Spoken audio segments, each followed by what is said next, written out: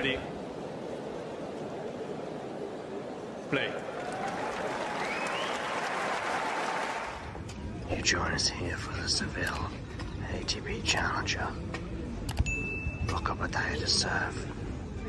What's he gonna serve up? Some tapas? A good first serve. Gives him a 40-love lead. This all Spanish affair against Cabellas Baena.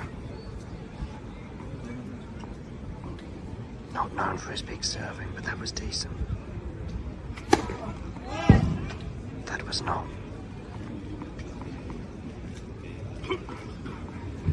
Let the tennis do the talking. One-handed backhand clips the net. Bit fortunate there. Drop shot. Oh, you cannot teach that. You cannot teach that.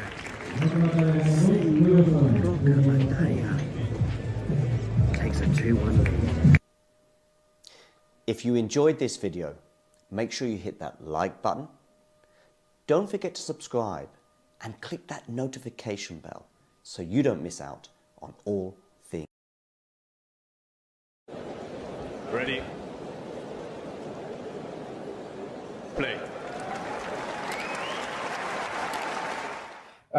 What's your status, Nick, for the Sinner Fritz final? I am not doing it. I am not available for the final. I am actually missing the final, to be honest. I have other engagements, but I will. I mean, to be honest, unless Taylor Fritz puts in the performance of his life, it might not be a Grand Slam final I regret skipping. Yeah, I think it's likely you will not. I probably will be there, Brazy, but I'm not too positive about it yet. I mean, tomorrow is just a busy day, qualifying round 1 here in Szczecin, 5 challenger finals to watch. But if I'll be done, more or less done with everything by the time the final is played, then I'll definitely try to show up. But yeah, I'm not excited about the match. So I really am not.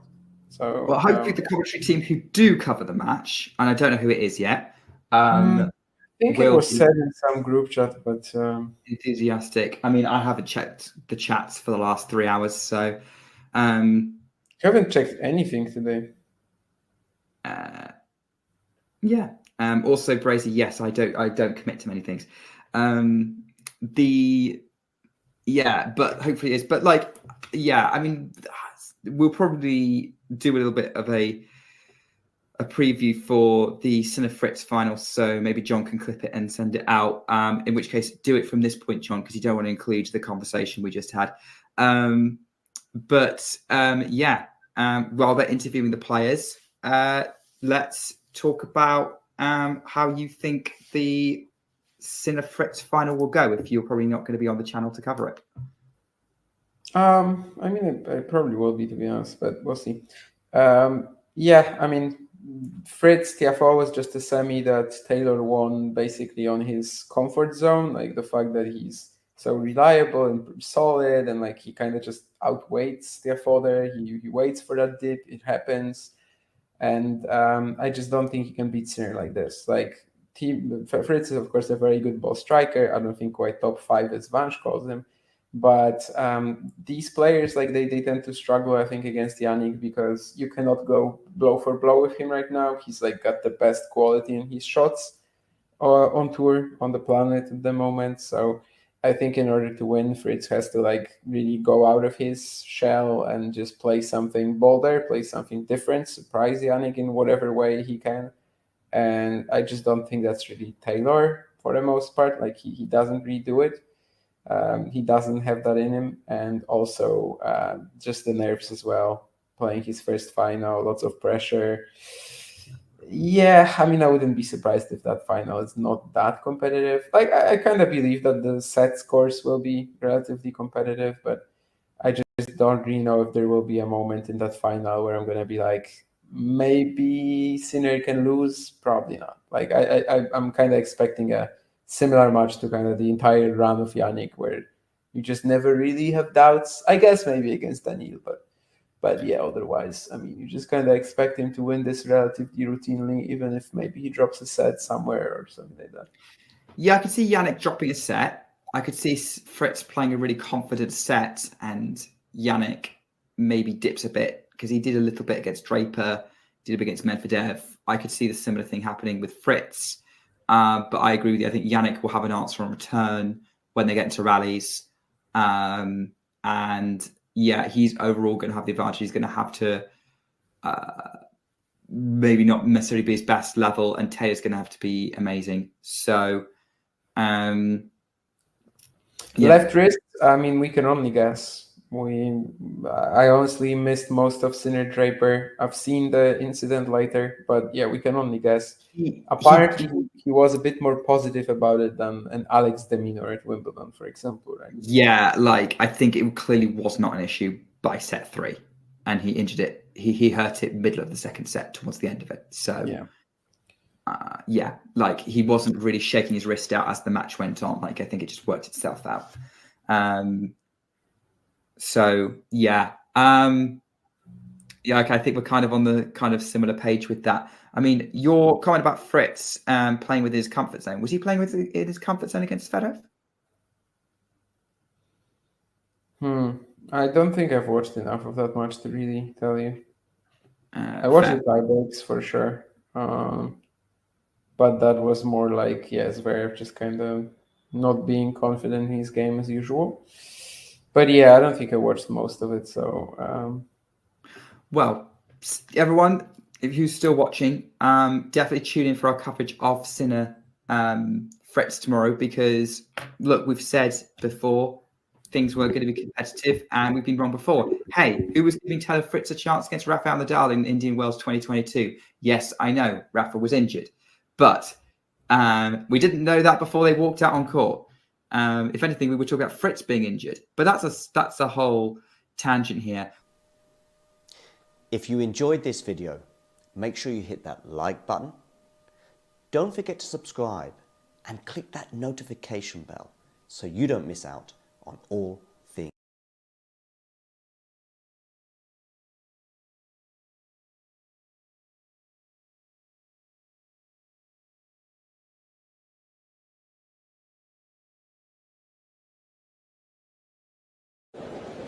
Ready? Play. what's your status, Nick, for the Sinner Fritz final? I am not doing it. I am not available for the final. I am actually missing the final, to be honest. I have other engagements, but I will. I mean, to be honest, unless Taylor Fritz puts in the performance of his life, it might not be a Grand Slam final I regret skipping. Yeah, I think it's likely you will not. I probably will be there, crazy, but I'm not too positive about it yet. I mean, tomorrow is just a busy day, qualifying round 1 here in Szczecin, 5 challenger finals to watch. But if I'll be done, more or less done with everything by the time the final is played, then I'll definitely try to show up. But yeah, I'm not excited about the match. So I really am not. So well, hopefully the commentary team who do cover the match, and I don't know who it is yet. I think it was said in some group chat, but enthusiastic. I mean, I haven't checked the chats for the last 3 hours, so you haven't checked anything today. Yeah. Also, Brazy, yes, I don't commit to many things. But hopefully it is. But I mean, we'll probably do a little bit of a preview for the Sinner Fritz final, so maybe John can clip it and send it out. In which case, do it from this point, John, because you don't want to include the conversation we just had. While they're interviewing the players, let's talk about how you think the Sinner Fritz final will go, if you're probably not going to be on the channel to cover it. I mean, I probably will be, to be honest, but we'll see.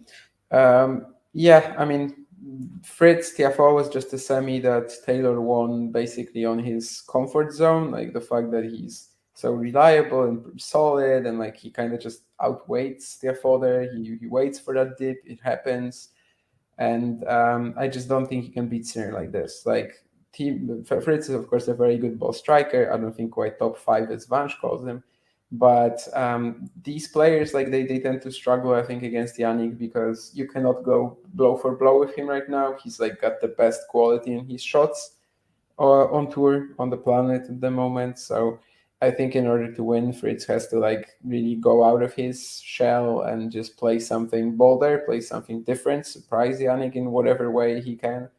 And I just don't think that's really Taylor for the most part. Like he doesn't really do it.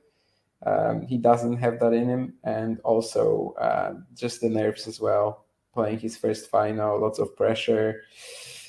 Yeah, I mean, I wouldn't be surprised if that final is not that competitive. Like, I kind of believe that the set scores will be relatively competitive, but I just don't really know if there will be a moment in that final where I'm going to be like, maybe Sinner can lose. Probably not. Like, I'm kind of expecting a similar match to kind of the entire run of Jannik, where you just never really have doubts. I guess maybe against Daniil, but yeah, otherwise, I mean, you just kind of expect him to win this relatively routinely, even if maybe he drops a set somewhere or something like that. Yeah, I could see Jannik dropping a set. I could see Fritz playing a really confident set, and Jannik maybe dips a bit, because he did a little bit against Draper, did a bit against Medvedev. I could see the similar thing happening with Fritz. But I agree with you. I think Jannik will have an answer on return when they get into rallies.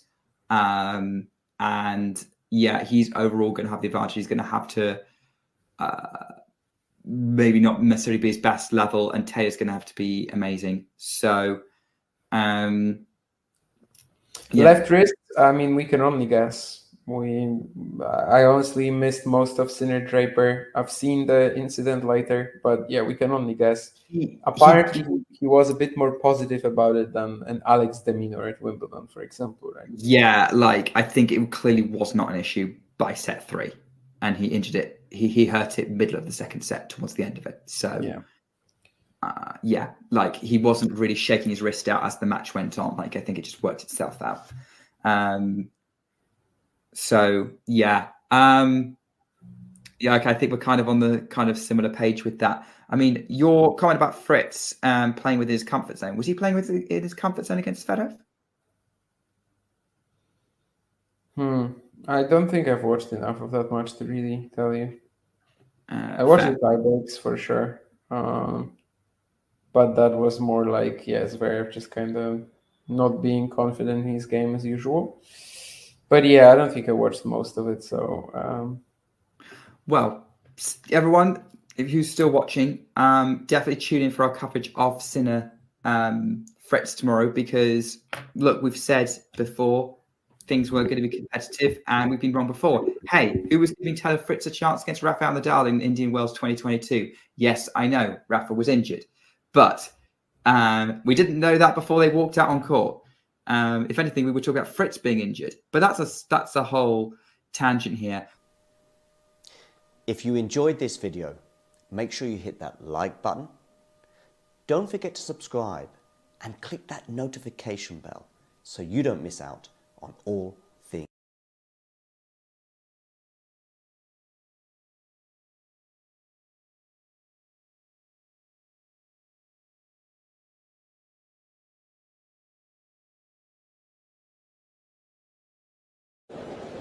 Ready? Play. what's your status, Nick, for the Sinner Fritz final? I am not doing it. I am not available for the final. I am actually missing the final. To be honest, I have other engagements, but I will. I mean, to be honest, unless Taylor Fritz puts in the performance of his life, it might not be a Grand Slam final I regret skipping.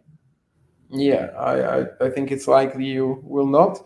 I probably will be there, Brazy, but I'm not too positive about it yet. I mean, tomorrow is just a busy day, qualifying round 1 here in Szczecin, 5 challenger finals to watch. But if I'll be done more or less done with everything by the time the final is played, then then I'll definitely try to show up. But yeah, I'm not excited about the match. So I really am not. So Well, hopefully the commentary team who do cover the match, and I don't know who it is yet, I think it will was be said in some group chat, but enthusiastic. I mean, I haven't checked the chats for the last 3 hours, so you haven't checked anything today. yeah. Also, Brazy, yes, I don't commit to many things. But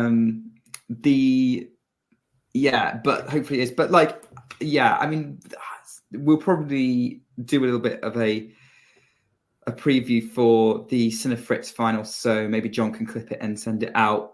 In which case, do it from this point, John, because you don't want to include the conversation we just had. While they're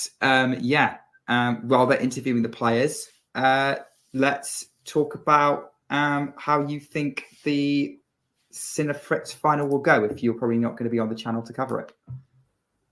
I mean, I probably will be, to be honest, but we'll see. I mean, Fritz TFO was just a semi that Taylor won basically on his comfort zone, like the fact that he's so reliable and solid, and like he kind of just outweights TFO there. He waits for that dip, it happens, and I just don't think he can beat Sinner like this. Like Fritz is of course a very good ball striker. I don't think quite top 5 as Vanch calls him. But these players, like they tend to struggle, I think, against Jannik, because you cannot go blow for blow with him right now. He's like got the best quality in his shots on tour, on the planet at the moment. So I think in order to win, Fritz has to like really go out of his shell and just play something bolder, play something different, surprise Jannik in whatever way he can. And I just don't think that's really Taylor for the most part. Like he doesn't really do it. He doesn't have that in him, and also just the nerves as well. Playing his first final, lots of pressure. Yeah, I mean, I wouldn't be surprised if that final is not that competitive. Like, I kind of believe that the set scores will be relatively competitive, but I just don't really know if there will be a moment in that final where I'm gonna be like, maybe Sinner can lose. Probably not. Like, I'm kind of expecting a similar match to kind of the entire run of Jannik, where you just never really have doubts. I guess maybe against Daniil, but yeah, otherwise, I mean, you just kind of expect him to win this relatively routinely, even if maybe he drops a set somewhere or something like that. Yeah, I could see Jannik dropping a set. I could see Fritz playing a really confident set, and Jannik maybe dips a bit, because he did a little bit against Draper, did a bit against Medvedev. I could see the similar thing happening with Fritz. But I agree with you. I think Jannik will have an answer on return when they get into rallies. And yeah, he's overall going to have the advantage. He's going to have to maybe not necessarily be his best level, and Taylor's going to have to be amazing. So, Left wrist, I mean, we can only guess. I honestly missed most of Sinner Draper. I've seen the incident later, but yeah, we can only guess. Apparently, he was a bit more positive about it than an Alex demeanor at Wimbledon, for example, right? Yeah, like I think it clearly was not an issue by set 3, and he injured it. He hurt it middle of the second set towards the end of it. So yeah, like he wasn't really shaking his wrist out as the match went on. Like I think it just worked itself out. So yeah, okay, I think we're kind of on the kind of similar page with that. I mean, your comment about Fritz playing with his comfort zone. Was he playing with in his comfort zone against Federer? I don't think I've watched enough of that match to really tell you. I watched the tie breaks for sure, but that was more like Zverev just kind of not being confident in his game as usual. But yeah, I don't think I watched most of it. So, well, everyone, if you're still watching, definitely tune in for our coverage of Sinner Fritz tomorrow, because look, we've said before things were going to be competitive, and we've been wrong before. Hey, who was giving Taylor Fritz a chance against Rafael Nadal in Indian Wells 2022? Yes, I know Rafa was injured, but we didn't know that before they walked out on court. If anything, we were talking about Fritz being injured, but that's a whole tangent here.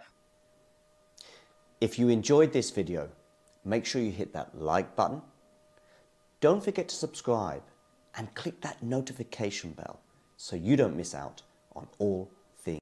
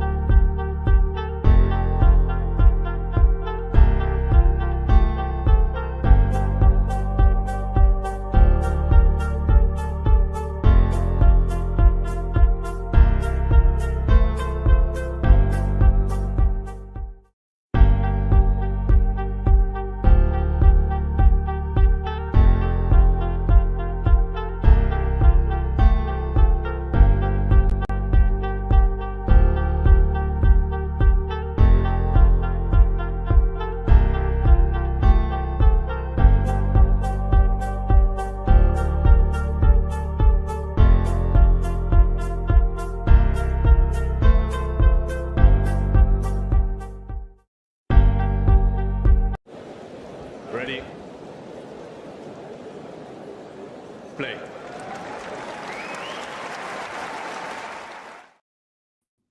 Good afternoon, good evening, good morning, whatever time it is in the world, wherever you are tuning in from. In fact, that's my first question to you all. Do let me know where in the world you are tuning in from. I look forward to seeing and hearing and reading your responses. Taylor Fritz, very much the underdog, as has been mentioned already in the live chat, coming up against Jannik Sinner. And of course, if one is an underdog, then one is very much the favorite. If we have a quick look at the routes to the finals of each player, you'll see that Taylor Fritz has had one or two bumps in the road. Arguably, he's had the tougher tests en route. Playing Berrettini, by the way, in the in the second round, doesn't come much tougher than that at that stage, especially as Berrettini is yet to be seeded, which is why it's possible for Taylor to run into such a player so early on. Casper Ruud dropping the first set, and many people's eyes, actually Casper was the better player for probably large parts of the first three sets, albeit that once Taylor Fritz took that 2-1 lead, he didn't look back. Zverev. Now that, to me, was a slight surprise. I had Alexander winning that one, but in the end, it was Taylor that prevailed in 4 sets. And then there was that 5-set thriller against Francis Tiafoe, when, once again, Fritz was having to come from behind 2-1 on this occasion, unlike the 1-set-to-love deficit he had in the round of 16 against Casper. But I always felt that he was going to come back in that one. I don't know what you guys think in the live chat. Hello, Nerlan. For those of you tuning in and wondering who and where and why or how will the commentary team be joining you, well, I'll tell you in a second.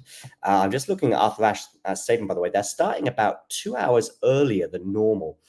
In previous years, they always start the final about 4 p.m. local time, 9 p.m. UK time, 10 p.m. Central European time.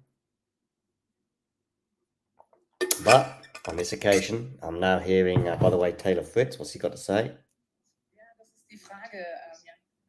First American to reach the US final since Open final since 2006, of course.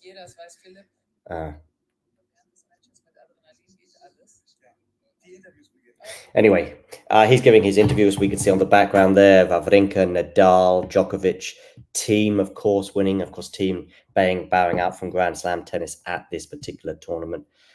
You saw me hitting forehands. Thank you, Brazy. Yes, in that clip at the journalist tournament.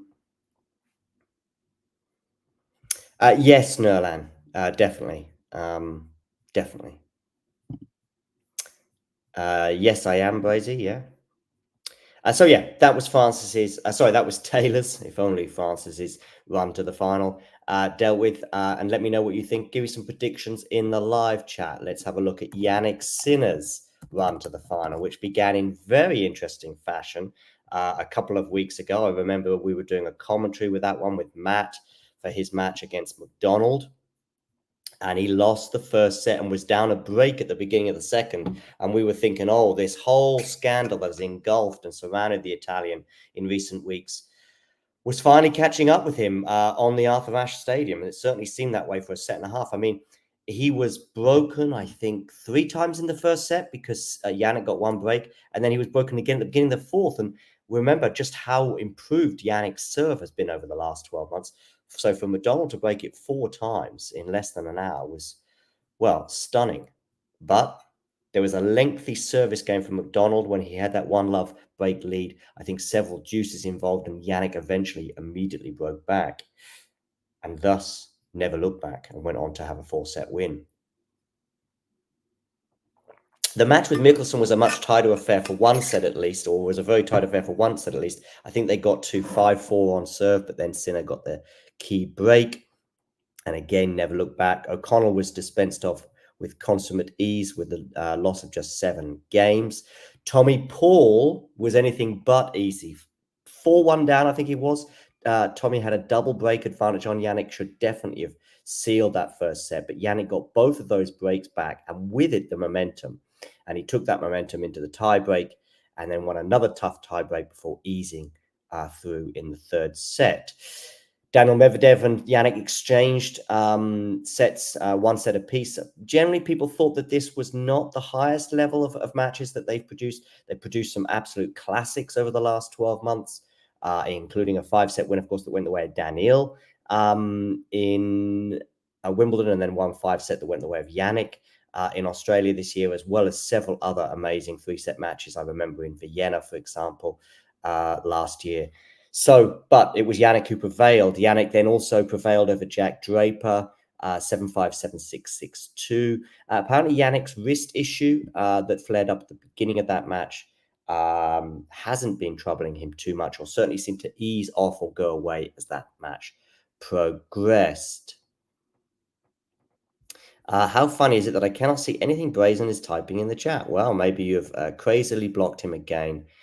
Fritz needs to win the first set to stand a chance, John. Yeah, that makes sense. Most underdogs, it feels like that. Let's have a look at the head-to-head between Sinner and Fritz. So as far as the head-to-head concerned, Fritz and Sinner have faced each other just twice. Both of the meetings came at Indian Wells, one with a Fritz won in straight sets in 2021, before Sinner won in 2023 in a 3-set battle, as we can see here. Let's have a quick look at our poll, as I can see the players now just chatting at the net.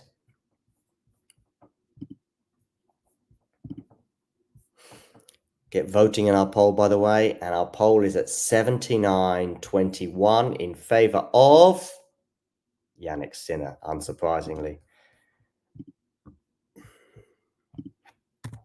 And let's have a quick look at the Twitter sphere to see what's going down regarding this US Open final.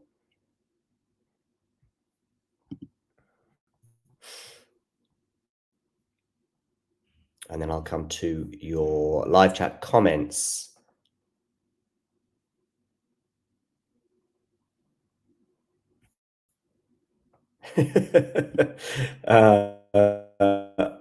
Oh, it's just a funny comment from Tumani Kariol on Twitter regarding many sports have long been using advanced statistics to explain player and team strengths and how they match up with each other. But tennis in 2024 is relying on Brad Gilbert's ticks, basically, as it appears that the dearie me, and he's using some of his funny language as well.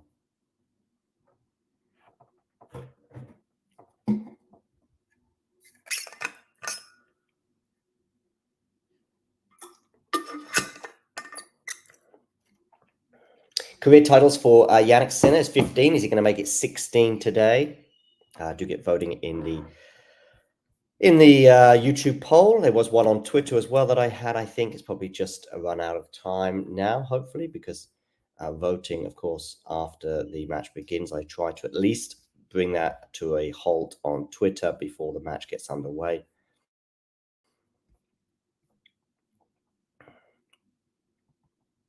Some great challenger action this week. Of course, a lot of it was on the channel from Seville, for example, and the previous week from Porto. So please do check out those videos. On Jabeur here, I can see congratulating both Sabalenka and Pegula on their run. Of course, that was a straight sets win for Sabalenka. By the way, Nerland, they're switching teams so often, as he always does, from 1 minute being on team Iga, then being against Iga, then sort of being against Sabalenka, and then switching to Sabalenka when he thought she might win. Very funny, Nerland, very funny. Just trying to back the winner all the time.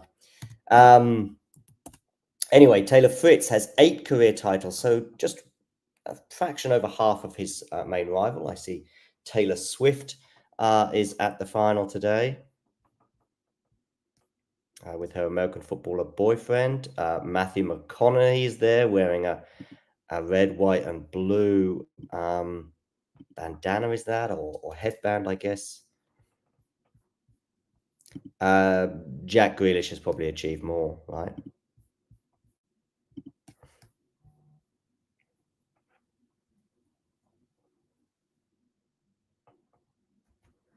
Okay, 6-digit code coming your way, Jamie.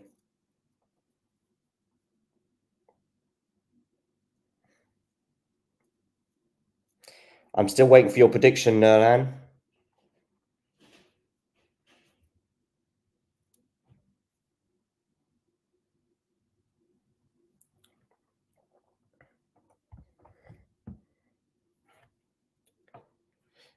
I mean, but Grealish just gives a lot more to the team, as we see Darren Cahill, of course, Jannik Sinner's coach for the last couple of years, or joint coach, I should probably say, along with Simone Vagnozzi.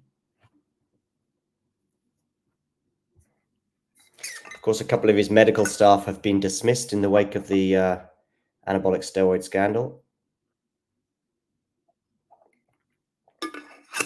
Michael Russell, Taylor Fritz's coach.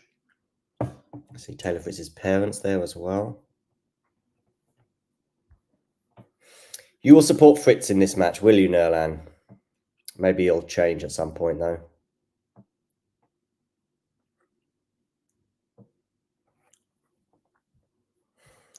So the commentator, Matthew, was saying that players seeded 12th or lower have won the title, but they've never done it by beating a high seed. It seems like the most irrelevant stat I think I've ever heard in my life. And I've heard quite a few irrelevant ones.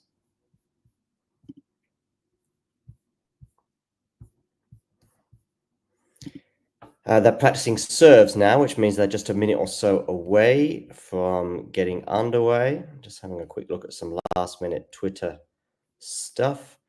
I see Holger Rune posting from the Copenhagen Stadium, so he's obviously not watching today's final. Travis Kelce is the American footballer, apparently, who is with Taylor Swift. So there we go.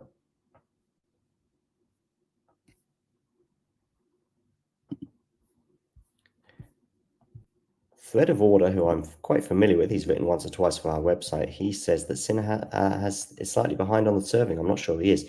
Jamie, whenever you're ready, just bring yourself forward if you can or you want to.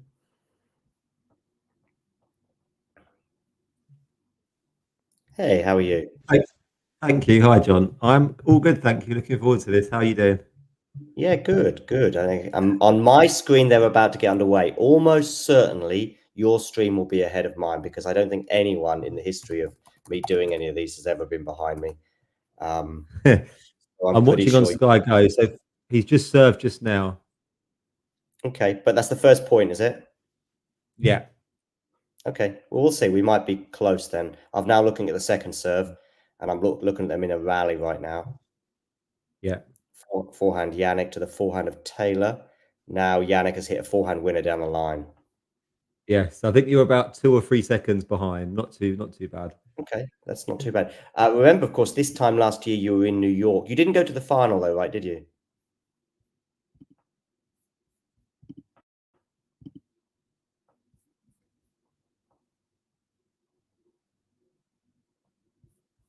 Is that my internet that's frozen? I think it is.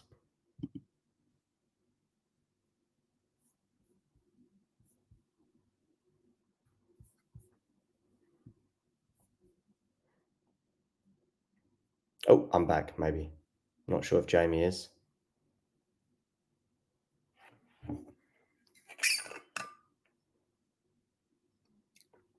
Let me know if you can still hear me, everybody.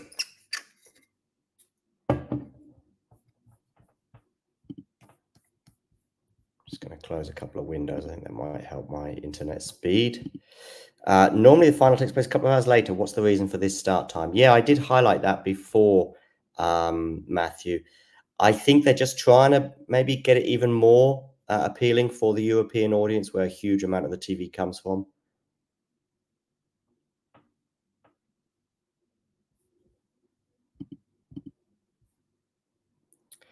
Already we can see that Jannik has eked out a couple of break points. Oh, really? NFL conflicts, okay. But, I mean, the NFL has always had these kind of conflicts. They want to maximize viewership for both. Okay, that also makes sense. Backhand winner there from Sinner, bringing up these break points after a 16-shot rally.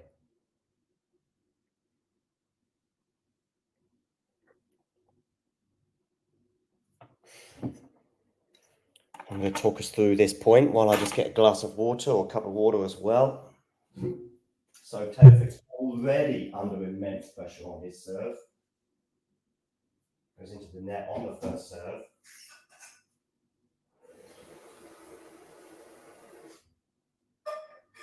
Forehand turn on the second. In the rally now, I think Jamie's back with us. Oh,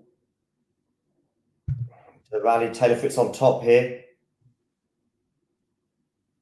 Should win the point from here and does. Yeah, no worries, Jamie. I just got a WhatsApp from Jamie saying he's got to restart his Wi-Fi.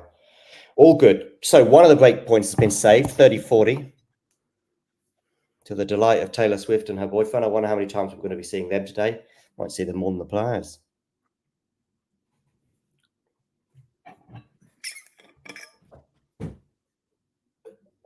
Hey, Jamie.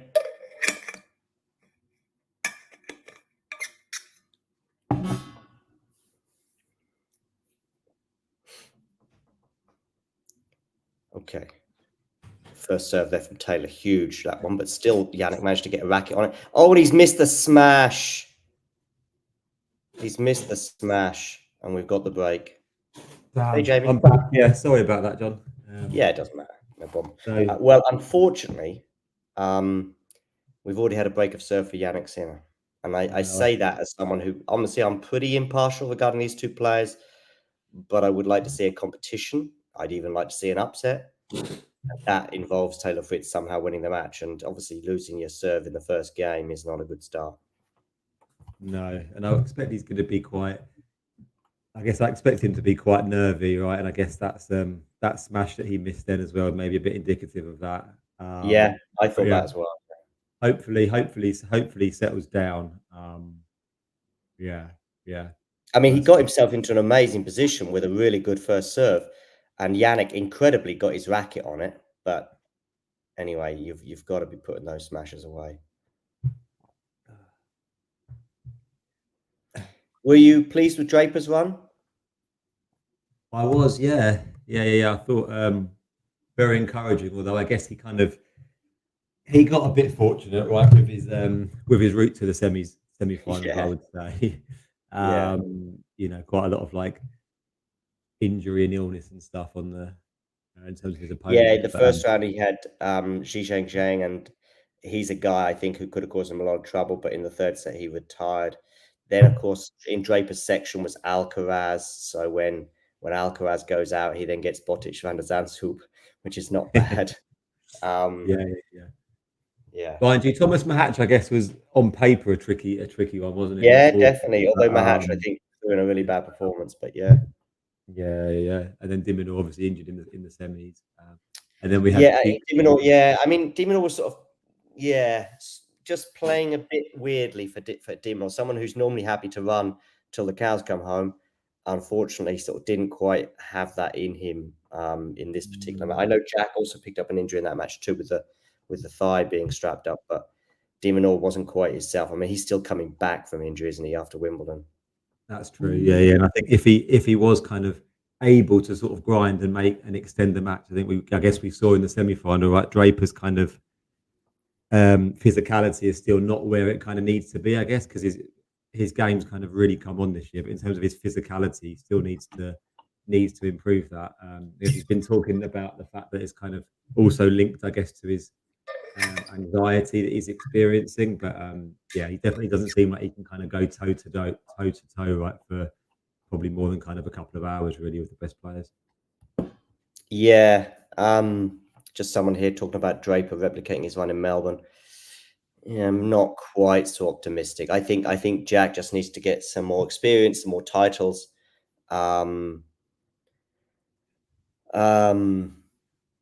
Yeah, I mean, if he gets another draw opening up like that, what Jack also needs to do is improve his ability to withstand these sort of lengthy matches. I mean, not just 5-setters, but even 3-setters. Sometimes he struggles with, and you're watching, a 3-set match somewhere like Acapulco against Dimonor this year, among others, and you're thinking, oh, he needs to get this done in 2. So if you're already thinking you need to get it done in 2 and you want to make deep Grand Slam runs on a regular basis, then you need to just make some changes there. I mean, this is something that happens to a lot of young players. It's quite different in tennis, that actually in tennis they sort of get fitter as they get older.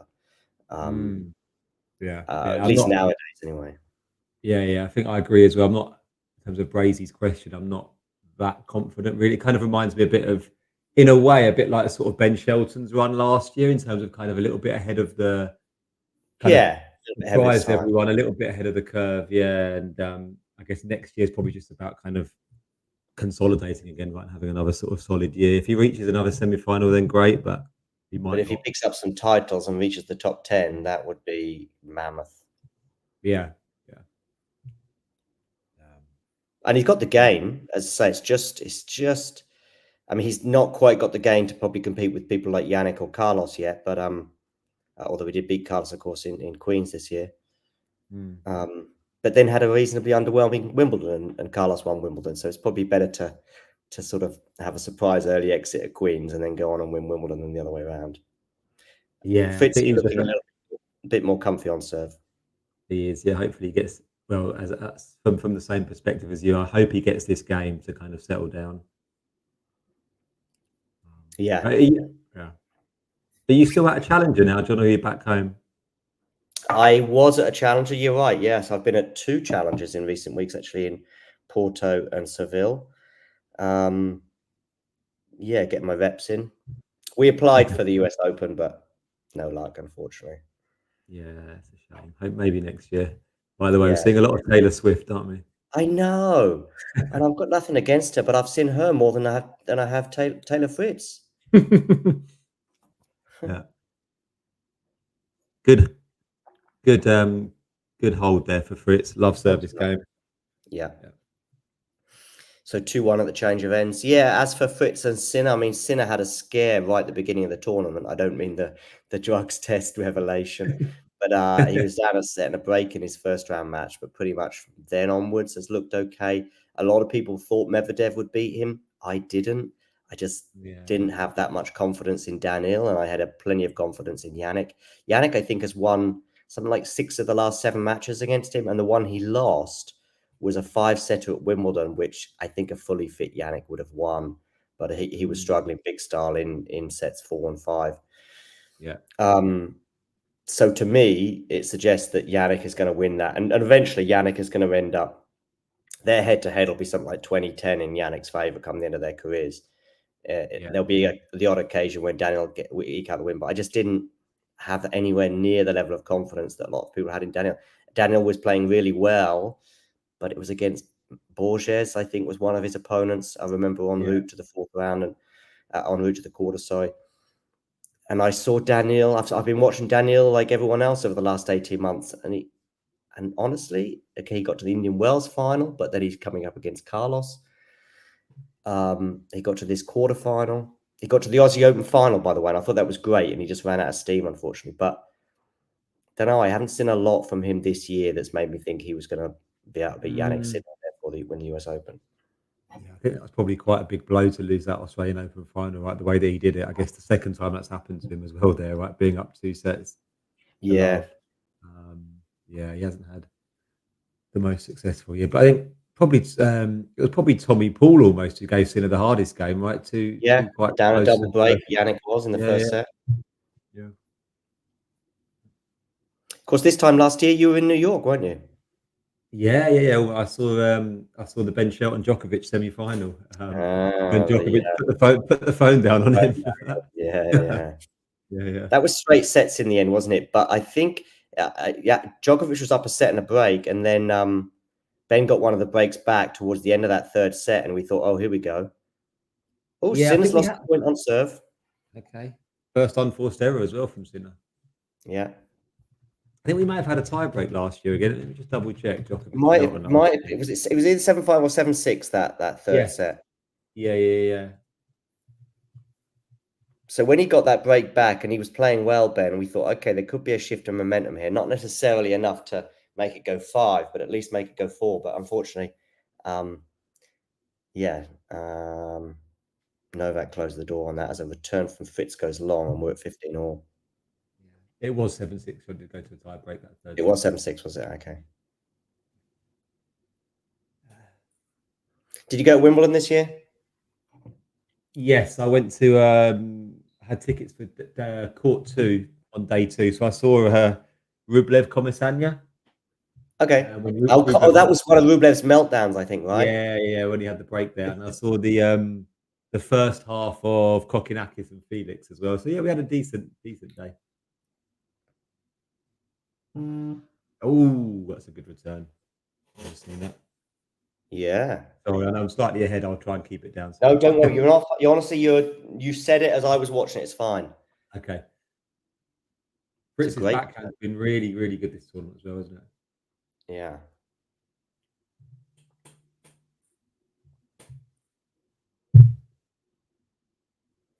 Fritz needs to give the crowd a reason to get loud and pull for him, Brady says. Yeah.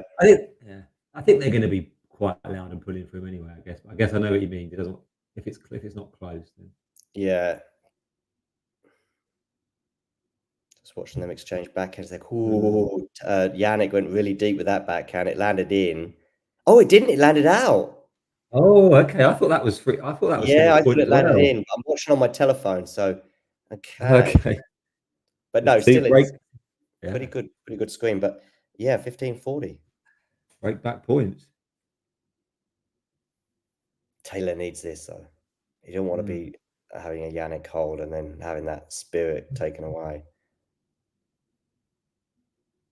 He's going to win this point, I think. Yeah, 30-40. I think you might have put that one away. Do you think, John? I reckon I'd have put that one away. Yeah. I'm not sure you would have done, but I would have done.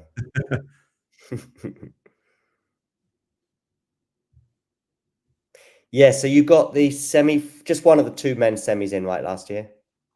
Yes, yeah, the night session. No, it wasn't the night one actually. It was the daytime one. Was it? The night one was at Alcaraz Medvedev was the night session. Yeah, it was. Yeah. Yeah. But I was quite happy with that in a way, sort of seeing Djokovic against an American as well. I thought, I was quite happy. Yeah, I mean that's almost the moment of the US Open with him putting that phone down. Yeah. Just watching them exchange forehands here. There you go. Jannik just turning up the heat. Yeah. With some good speed and depth, and not much Taylor could do about that. Especially when Taylor's so close to the baseline. Yeah, he got stuck there, Fritz, didn't he? Couldn't really time to move his feet. It's a bit like watching you, Jamie. Yeah, I struggle with moving my feet sometimes. Your footwork.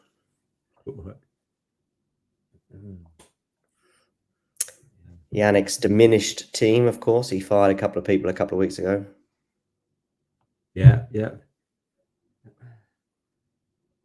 I thought it was strange.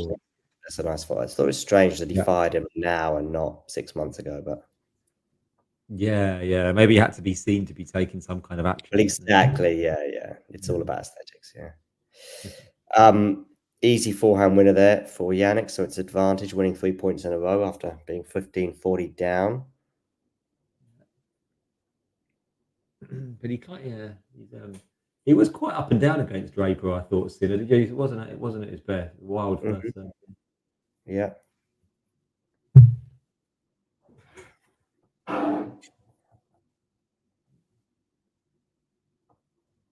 Ooh, so double fault. Juice. Yeah.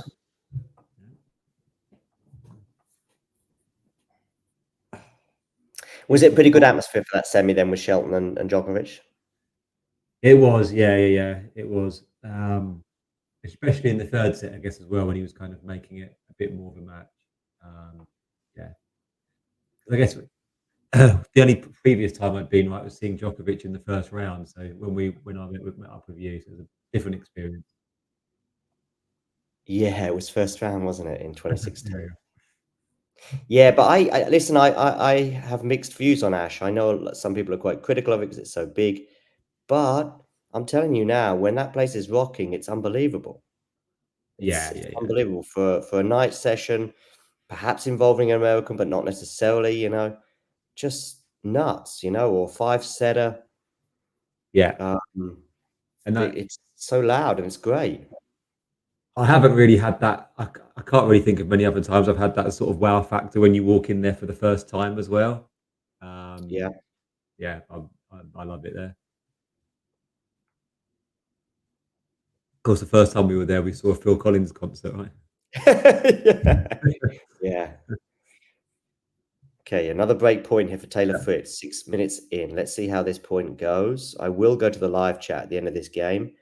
It looks like it's a good first serve from Jannik. He's going to put the drive volley away. He's not. Oh, he's not. Terrible Wow. drive volley there. Landed halfway up the net. I know, from the Jamie school of drive volleys, that was. Both of you are living in like North Korea, China, or somewhere. I mean, both of you are like a minute late to the actual feed. I know our feeds are. I told you we're so far. It's because you're watching on TV as well, Damien. On TV, Yeah, it's good. You'll always get it good on TV. Yeah. Where are you watching then? On the I'm watching internet it on app or internet app, Sky Sports. Yeah, and the Oh, internet app is so much slower than TV? Jesus. yeah. You're watching it on the same as me then, John. Yeah, Like, right. If you actually watch it through a cable, you're fine. So that's streaming as far as I've always been aware. Whenever I watch it on a TV through a cable, then it's always much better. Why and Live Trade? chat. I haven't seen anything in the live chat for about 15 minutes. Normally the final takes place. There was an Say interesting comment about. There was a lot in the live chat. There was an interesting comment about Draper replicating his run in Melbourne because it's more humid in Melbourne and it's more humid here. Right? It's just more Yeah, I saw that comment, but replicates more humid. Yeah, no, I think it's more humid in New York. Yeah, for sure. Keen there saying you wouldn't be surprised if it would be 3 love. I'm with Keen on this one. I mean, Taylor will surprise me if he does anything today. So. Well, he's already broken back. He was a breakdown. He's just broken back. So yeah, I came back and turned on the TV at 2 love, and then I went for a shower. But I saw the last few points of the fourth game. Yeah, so I felt the same, and still do feel the same. But oh, it's a big forehand there from Fritz. Yeah, he needed that at 15:30. Tim Henman went for Nothing that Taylor does better than Jannik. They're like pretty much clones. Wow, pretty much clones in terms of the play style, and there's nothing that he does better. So, like, how is he going to win this? I saw somebody, I think it might have been Brad Gilbert, but someone was saying that he does serve better, but I'm not convinced about that. Tim Henman actually went for Fritz on the Sky Sports preview earlier, but I'm not sure what the rationale was. Maybe he wanted to be different, I think, to the others. Who, Tim Henman? Tim Henman, yeah. Yeah, and then probably he just wanted to be different. I saw a couple of tweets today from people just like very excited about this match. I don't know. I'll get excited if it takes 2 sets to love lead. Yeah. Or if he... Yeah, I'll be excited then. Yeah, if Fritz takes it 2 sets to love lead, yeah, that means we have a match. Yeah, because even if Jannik comes back to 2 sets all, it won't feel the same as Australia when Medvedev was just dead. I mean, we don't know that really.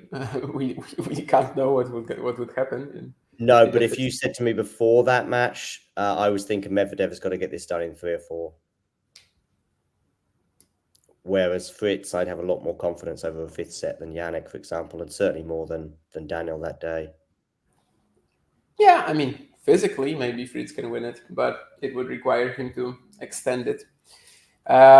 Watermelon season is over already. I think on like Saturday maybe or like Friday I bought some watermelon, and I don't mind being stuck with grapes and apples. There's also frozen fruit, which I'm using quite a lot, so that's fine.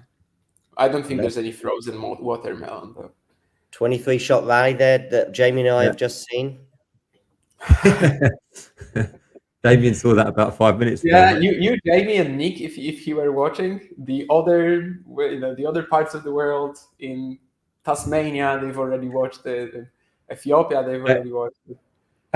Actually, the other day when I was watching Draper and Sinner, I got a notification from BBC Sport that it was over whilst it wasn't even match point on Sky Go yet.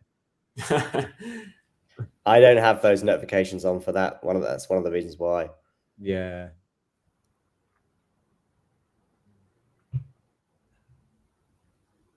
Taylor's brought up a game point here anyway for 3-2. Yeah, he wants to get his nose in front for the first time. That'll be pretty important. Pretty epic.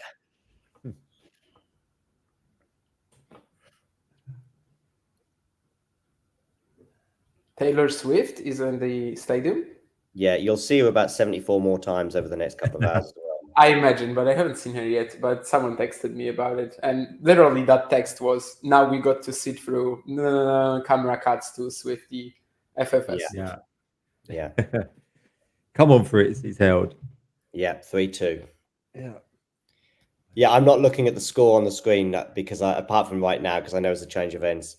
By the way, I didn't know even that watermelon season there was one really as such. Yeah. No, Durlad, it would not shatter my confidence at all, but it would be honestly one of the most impressive wins I've seen. Unless it's like, for a physical reason and Sinner is just, I don't know, out of gas or whatever. But no, it would do nothing to my confidence, to be honest.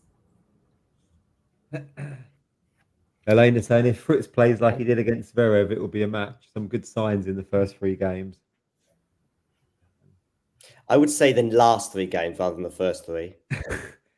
Yeah. Also, kind of Sinner's kind of let him back in as well, right? Which is kind of similar to what he did against Draper in the first set as well. Did he go up a break against Draper? Did he? In the first set, he went up a break and then handed it straight back. I think maybe even to Love, maybe.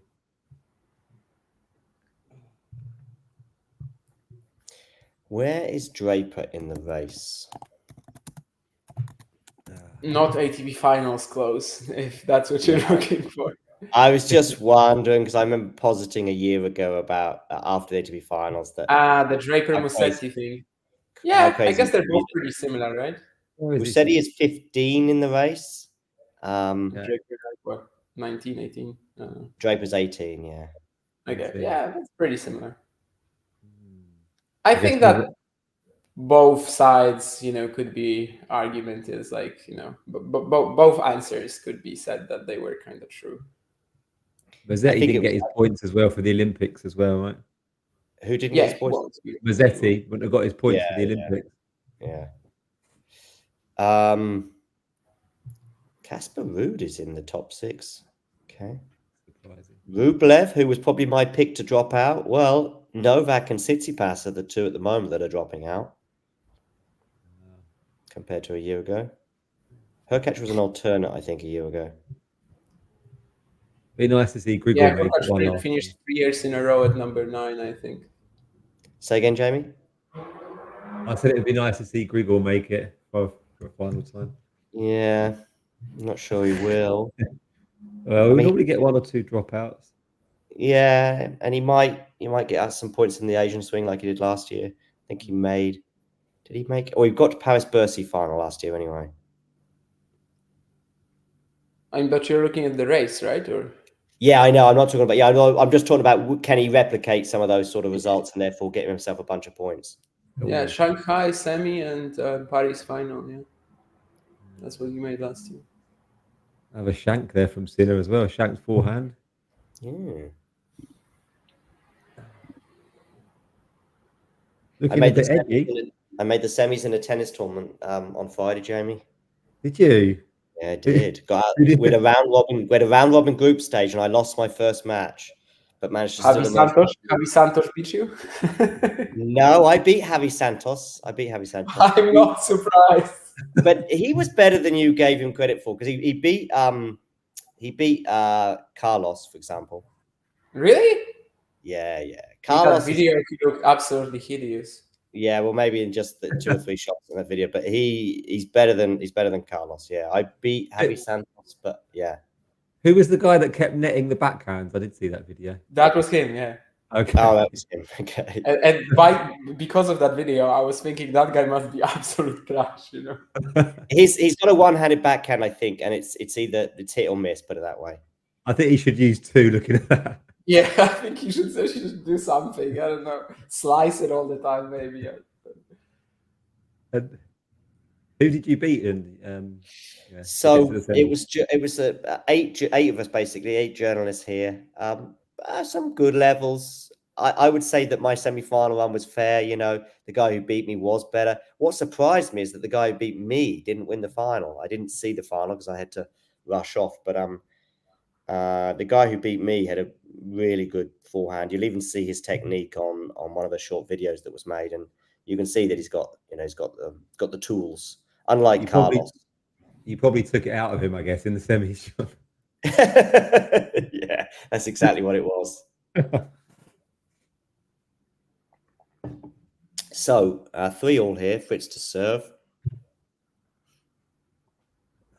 Service games 1 en route. Taylor Fritz 92%. Jannik 88%.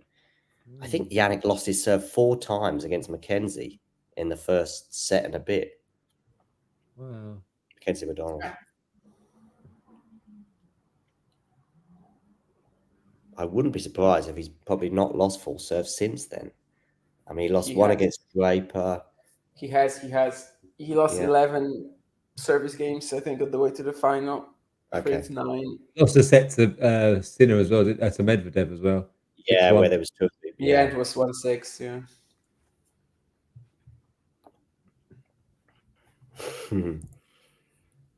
I didn't get to film the stuff crazy, so that wasn't my choice. Oh, really? Maybe I want to hide it because it's so good, and I don't want to see future opponents see it. I saw it. Has it come? The last time I saw it, John, was 2019. Has it come on since then? Yeah, definitely, yeah. Yeah, but even then, it was just in the queue at Wimbledon when there was like a mini court for us to hit on, right? Yeah.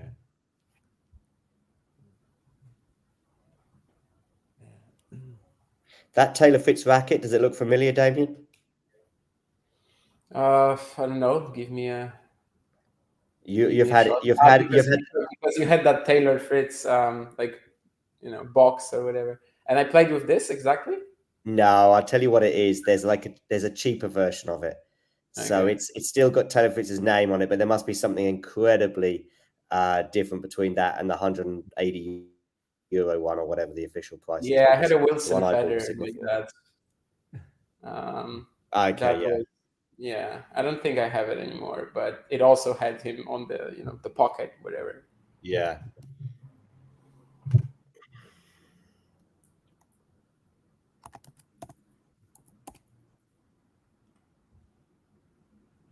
Gonna be another break here, maybe. Kren longing for a young Monfils as well. If only a young Monfils was in this era. Oh, Kren is here, is he? Yeah, he's a big Monfils fan. He brings Monfils to every conversation. We could be talking about Taylor Swift and her American footballer boyfriend, and he'd squeeze Monfils into the narrative. Is that double fault from Taylor? It is, yeah. That's something Monfils wouldn't do. The worst part is that even though, Taylor does pretty much the same things as Jannik and does them all worse. Like, there's also the movement, which is probably the biggest difference. Yeah, that's a huge difference, yeah. What is that? The what, sorry? The movement. The movement. How's the venue, Keen? I mean, great as usual. It's like a very, rich, complex But I'm here for the 5th straight year, so no surprises with that.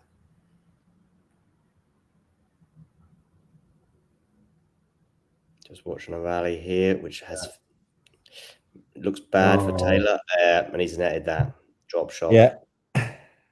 Through a drop shot in Sinner. Where are you at the moment, Damien? Which tournament? Szczecin Challenger. The players allow you an all access pass to practice. I mean, there's nothing like that here. Like you if I was just without a pass, I could do it as well. Like yeah. You can just watch the practices. You can sit there. The photos, if you're talking about the photos I did of Sablefield and Ramos Vinoz, they were actually through a fence, but like I put my camera very close to it, and it doesn't really like notice the fence anymore then. But yeah, I mean, I could literally just like sit down on that court and watch it. There's no barriers. There's no nothing stopping you from that. So that's just challengers for you and ITFs and stuff. It's only the main tour when they're like, no, you can't watch this practice. You will definitely act like an idiot and you will harass the players. Yeah. So there's been some qualifying today, right? Yeah, qualifying round 1. Okay. Donskoy, top seed. I see Hoinski won a challenger last week, or today, I should say. Today, yeah. Was that on clay? Yes. Who's the top seed at this challenger? Szczecin, Thiago Seibold. Yeah. 4 top 100 players. Korea, the defending champion, Seibold, Altmaier, and someone? Munar, maybe? No, Munar. No. Altmaier's there as well, is he? Yeah. There's actually a fair few players who are still in action at the other events as well. Passaro is going to play a final tomorrow, and he's in the draw. Altmaier, I mean, he was in the final in Sevilla. Carbaez Bena was supposed to play, but he withdrew. Galan, I think, as well, is here because I watched him practice today.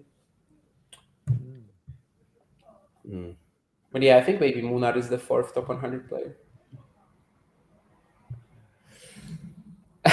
Yeah, Keen. I mean, I was watching that practice today of Seibold. I don't think he remembers me, but I think it's possible that if I came up to him, he would have some memories. I don't know. I mean, he's going to play the Brew tomorrow. Honestly, I would love to talk to the winner of that match.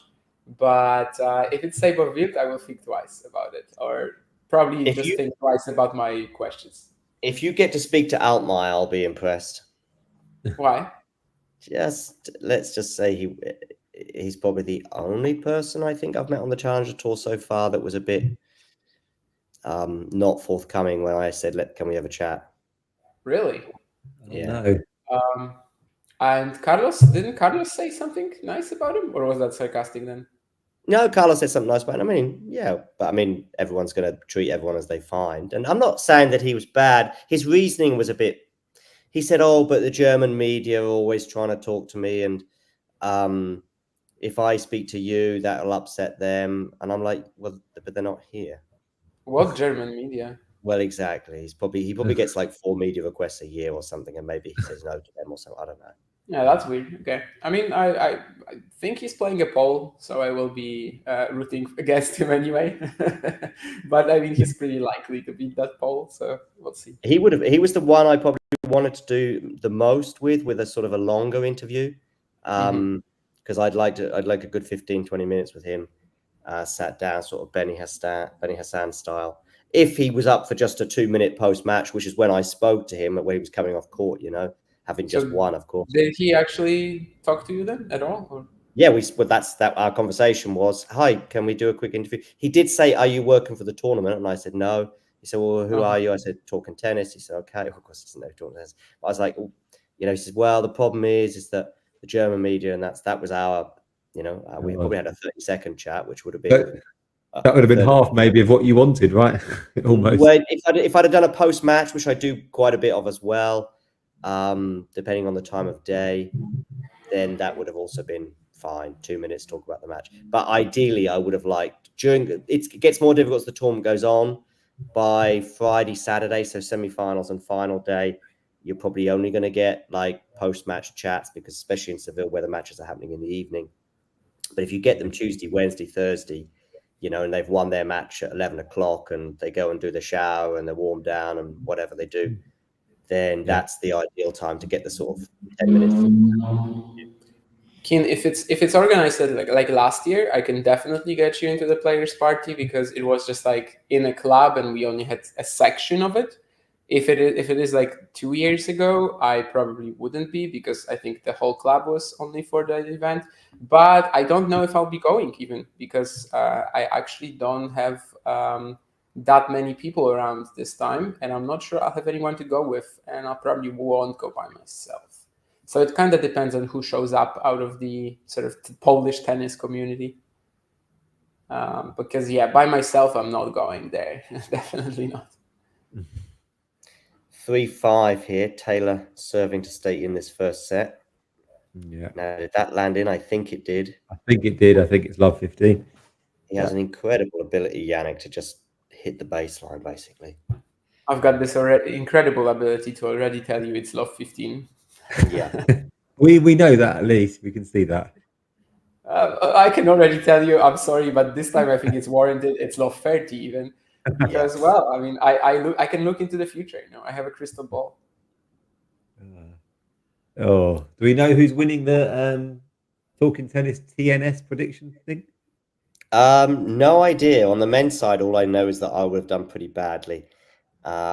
Women's side, I had Navarro in my semis and I had Sabalenka to win the title. I never checked that, so yeah, I have no idea. I often don't check it, to be honest with you, but unless I think I've done phenomenally well.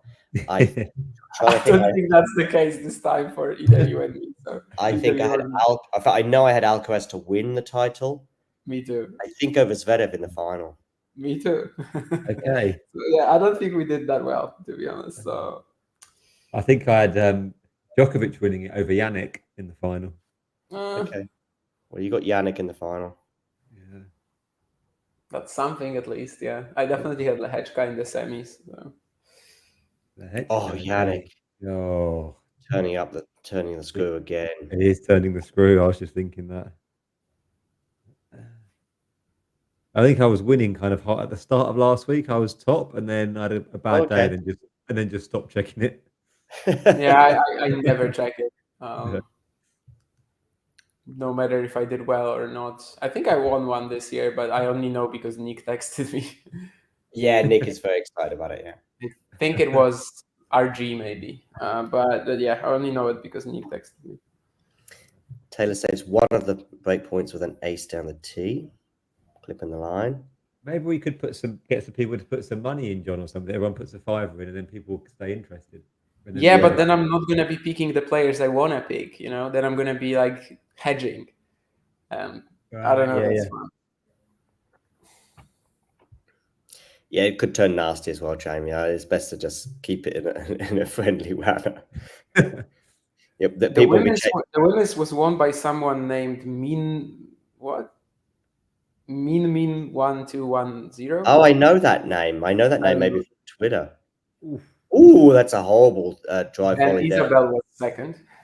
Okay, it's a horrible drive volley there from Jannik. Another one in this match. Maybe you didn't do that well in the women's. No. And the men's, someone named Maz is leading. I don't know who that is again. Okay. But yeah, basically me and you, John, did horribly. Yeah. You're 11th, I'm 10th. I think you were also one spot ahead of me on the women's. So it's like, where am I on the men's, David? 4th. And you say you cannot gain points today, right? Well, he got Sinner in the final, so I don't know if that. Yeah.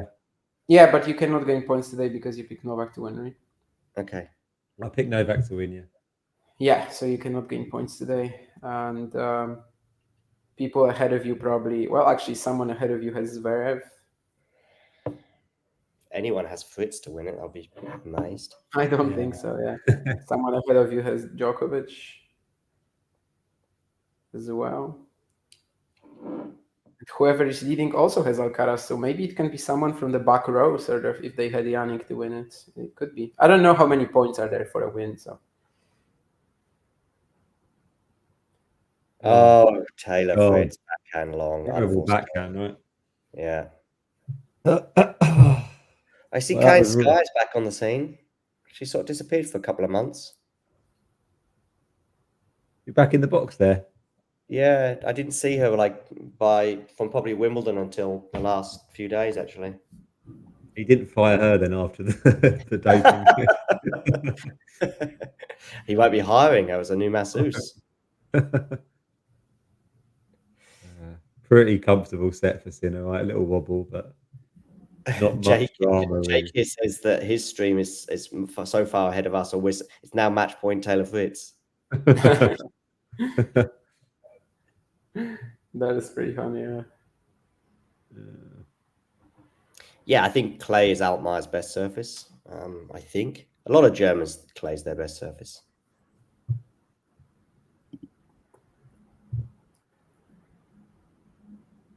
So I didn't know there was a player party. I think maybe you told me about it once before, but I've never seen a player party at other challenges. If I did, I've told you about it before. Yeah, it's the only one that, at least for all I know, hosts it, or maybe it's also the only one that actually gets journalists in it, right? But yeah, I mean, I've been there twice. Got super drunk both times. One time I was basically falling asleep at the club, which is why we left. And there was another person who was also in that state.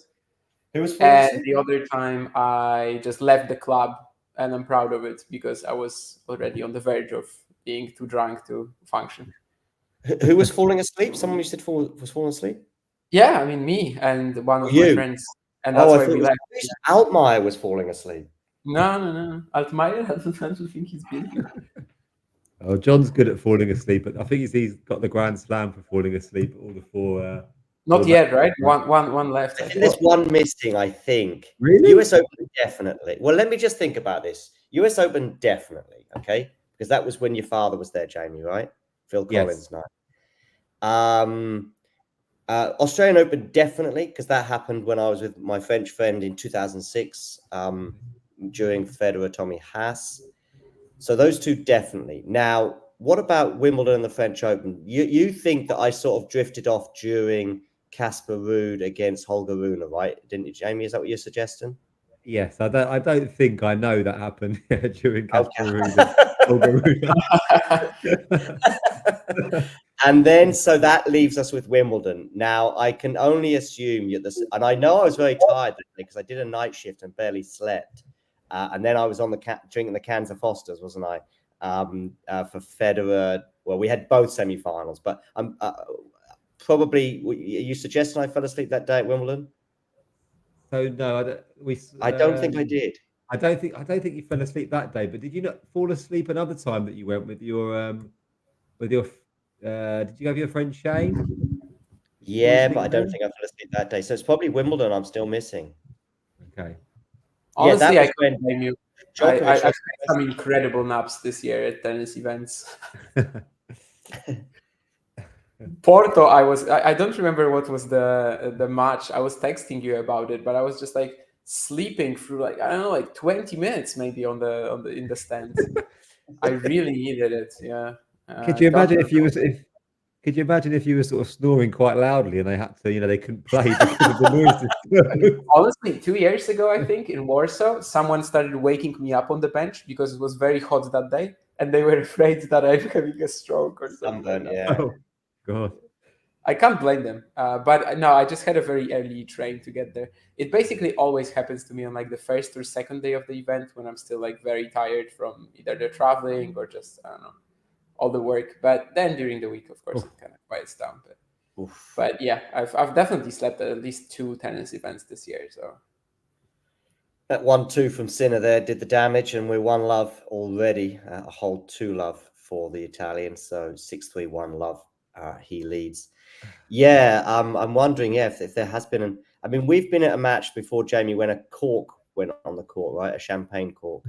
That was Kyrgios doubles, wasn't it? Is that the biggest tennis fan as well in the stands? I mean, the new biggest tennis fan, definitely the biggest actor tennis fan. Oh, McConaughey. Yeah, I've only seen him once. If we had I should have like an American striped something. Yeah, he's wearing the bandana thing. Yeah. Exactly. So that's twice I think I've seen him on the stream, but Taylor Fritz is like sixth. Sorry, Taylor Fritz. What's her name? Taylor Swift.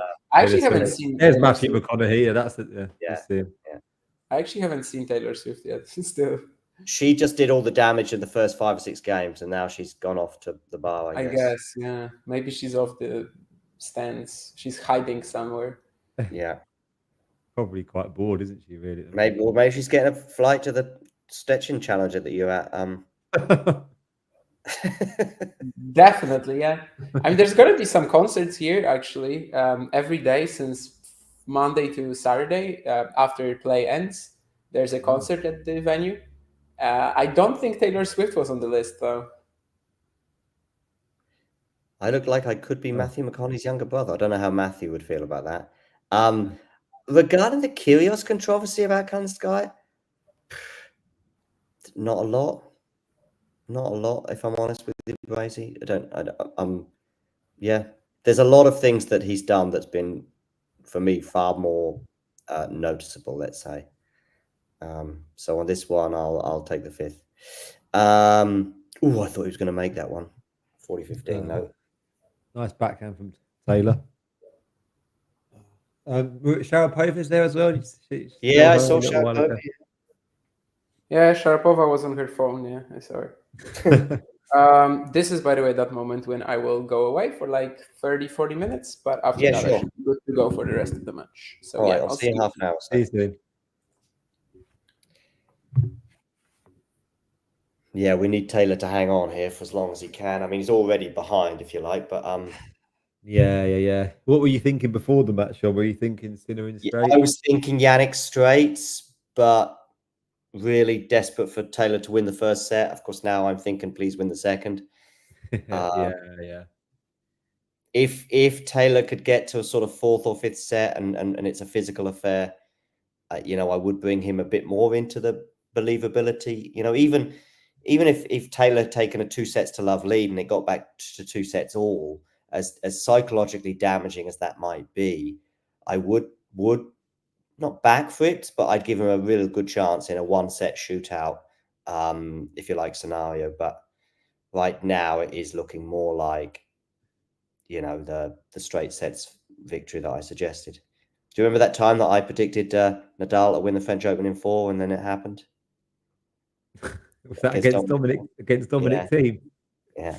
Yeah, I mean, that wasn't exactly an outlandish prediction, I guess, was it?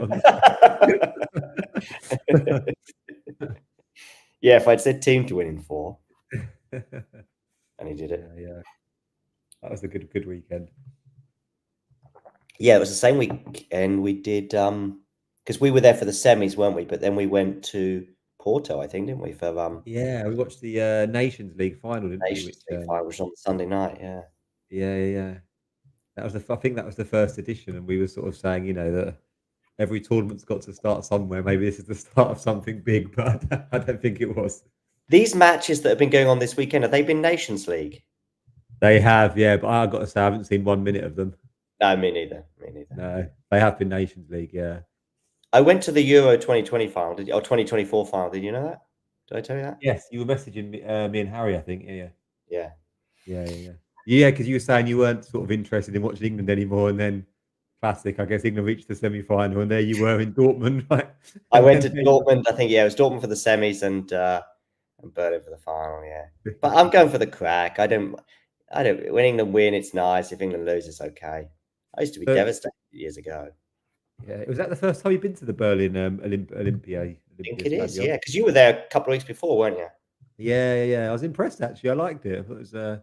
I tell you what, I would say though is it was probably a slightly more congested affair when I was there. At half time, going to the toilet was really quite scary. As in, like there was a crush and yeah, and then when I got to the bathroom, I'm not kidding you, there was like a bucket, and that was it.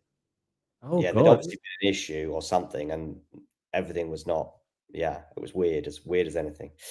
Oh wow. Anyway, Crazy saying thoughts on Southgate finding out the picture for England. Yeah, I guess it's yeah, I think it's probably good for him. It's good for the England players. It's good for the country. I think a change was definitely needed. Yeah, I think so too. Gordon, did you see his comments? I've seen his comments. I didn't watch the match that England played, but pretty Quite, quite scathing about Southgate. yeah, Did you scathing. see the Yeah, yeah. comments thing? I just saw I them did. like, You can play. They can play with more freedom now and stuff. yeah, yeah. Yeah, yeah, yeah. I guess he was probably one of the ones who felt most bitter, right? Because I don't think he barely got on right in the He was on Euros. the fringes, wasn't he, throughout, I think. Yeah, So I guess he's going to be someone who's going to be saying that. But yeah. anyway, Jannik holds for 2-1, a fairly comfy hold for the Italian. John Yeah, Bon Jovi, tick that one. The lady from Vogue magazine, tick that.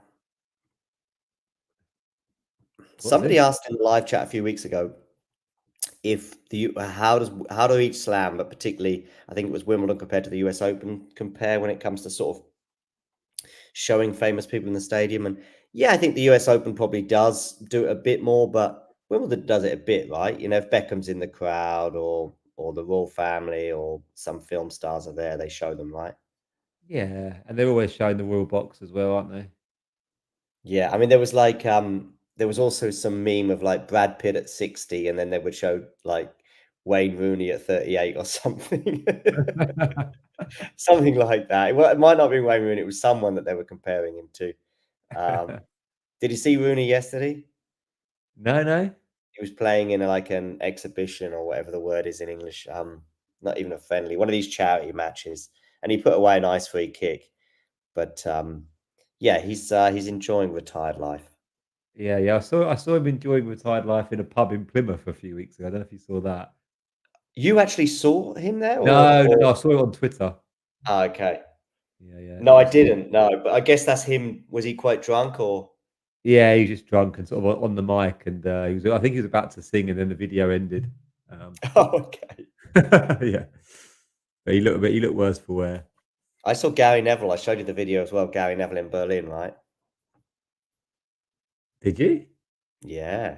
Don't think you showed me the video. No. I sent it. I think I sent it in our group chat. And Where? Because okay. Where did you see Neville? in Berlin, walking up and down the street, he was so stressed. Oh, you did say this. Yeah, yeah, yeah. Yeah. We Trying to we think. saw it. We saw Ian Wright and Roy Keane on bikes. Yeah, I think he told me that. Yeah. Yeah, Matthew McConaughey loves tennis, though. He's often tweeting about it and stuff, isn't he? I think. Yeah, he is. Yeah. Rooney looks like he's doubled his size from his Everton days. Yeah. 30 love here, Taylor. I don't know if that's Jake there getting excited because Taylor looks like he's going to make it 2-2. Yeah, 40 love now. 40 love. Lovely stuff. Needs to keep him honest here, doesn't he, in the second set? Yeah, he does. Yeah. What's your biggest strength on a tennis court, would you say, Jamie? Actually, speed, I think, an ability to kind of read the game, where the ball's going. Ooh. Yours? Return. Backhand or forehand? Forehand, but the backhand's all right. Backhand's okay. I just tend to hit more forehands on return because they play on clay, and with amateurs, really, you're sort of, you know, if somebody aims for your backhand, for example, so they tend to hit it a bit slower, and therefore you can still just about run around it. And if they don't, then no big deal. But put it like this, I probably hit 9 forehand returns and 1 backhand return out of every 10. Yeah. But I don't mind a bit of pace, and if I've got to react instinctively off the backhand, I still hit a pretty mean backhand return. So in a way, it works fine because if it's hit with pace and I've got to hit instinctively, no problem. If it's not hit with pace, then I've got plenty of time to run around it. Yeah, nice. On clay, anyway. Yeah, it's a different game, isn't it? Yeah. Compared to the concrete courts of London, I guess. I'd love to try on grass. I'd love to just see, not because I particularly think I'd be any good at it. Yeah. I have played on grass before, but a long time ago, and Okay. yeah, it was fun. Crazy saying that I look like I play like Aslan Karatsev, bashing the ball from both sides. No, I'm kind of more of a counter puncher actually, Brazy. I don't sort of yeah. Okay. Well, Fritz has got to 15 all here on the Jannik serve, so let's get excited. What's the score? 15 all. 15 all. On Lovely serve, 15 all on Jannik serve. Lovely backhand up the line too. Yeah, it was a lovely backhand on the line.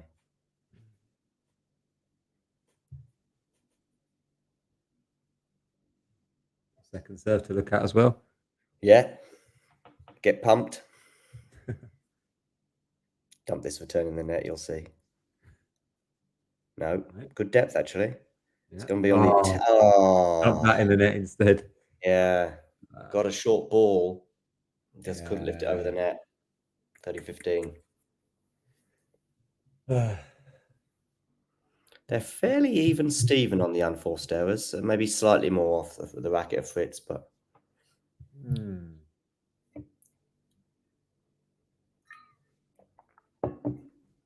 A pretty tricky route of Fritz, hasn't he? Really, Casper Ruud, Zverev. Yeah, Berrettini second round. Berrettini, yeah. As a seeded player, you know, he's about as difficult as it gets in the second round. I mean, it's just because he's just not quite seeded at the moment, Berrettini. Yeah. Oh, he hit that long beforehand? Yeah, I think he has. Yeah, but it was close. God. I wonder what carpet was like. Was carpet more of a kind of like clay? Oh, you know I played on carpet, right? Have you? Yeah, Germany carpet is the winter thing. Oh, they still have that there. Yeah, and of course that is supposed to be grass-like in the way it plays and a bit quicker and all the rest of it. Hi Ashley, who's just joined on Instagram, by the way. Yeah, so apparently it's but I want to play on grass to sort of see how it is as I see Jannik holds. But yeah, winter in Germany it's a common thing. In fact, I spoke to Michael Stich about this just over a year ago about how, given the fact that most courts are clay in Germany, how come Germans seem to do so well on grass? And apparently, well, he said because they have so many indoor carpet courts, and they play a little bit like grass, a lot quicker for sure, lower bounces. So yeah, and I actually do okay on the carpet. Hi to Miles as well, who's just joined. Miles Brunico, who's just joined on Instagram. Do give us your thoughts on this match. Brazy saying love to try paddle. Yeah, I play paddle a lot, Brazy, actually, more than tennis at the moment. And oh yeah, that's perfect that he's mentioned it. Yeah. It's good fun, and I guess it's a bit more social than playing singles tennis, I guess, because you sort of play doubles. But I still think if I had to sort of choose, I think I still probably enjoy playing tennis. It's still a slightly better game, but paddle's good fun as well. I've just got a YouTube notification. The United stand. Ten Hag decision. I mean, that means nothing. It's not Ten Hag is about to get fired. It's just the decision is there's no decision. Yeah, exactly. Yeah, exactly. He'll spend half an hour talking about whatever. And yeah. How are you regarding the Arsenal? Is it called AFTV? What's the main? I mean, I know the guy. Yeah, Robbie AFTV. Yeah. They're all right. I mean, I guess they kind of started this off, didn't they, about 10 years ago? And they were sort of the first. They start before the sort of Man United ones then? Well, before the Andy Tate and that and stuff. Maybe it was around the same time, wasn't it? I think the first one United did was called, I think, Talking Devils. I think it was something like that, and it was about 2013. In fact, I can tell you, give it Giggsy till the end of the season, that sort of stuff. Might be, yeah. Because that was David Moyes, of course, but I think they started just towards the end of the Ferguson era, just the last few months. And the reason I'm pretty aware is because a uni buddy of ours, Martin, reached out to me in like the January of that year, January 2013, saying, "Oh, there's a YouTube channel I think you might be interested in, or they might be whatever." I said, "Yeah, let's give it a go." We did an internet test because they wanted me to have a really good, connection.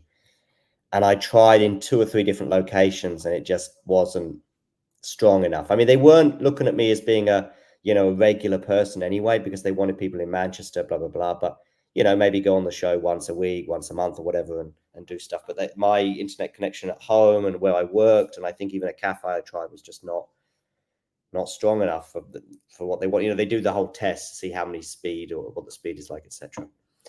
And then, you know, 6 months later, it's taken off quite well, that channel, and for the next couple of years, it's still growing, and then suddenly one day it just stopped.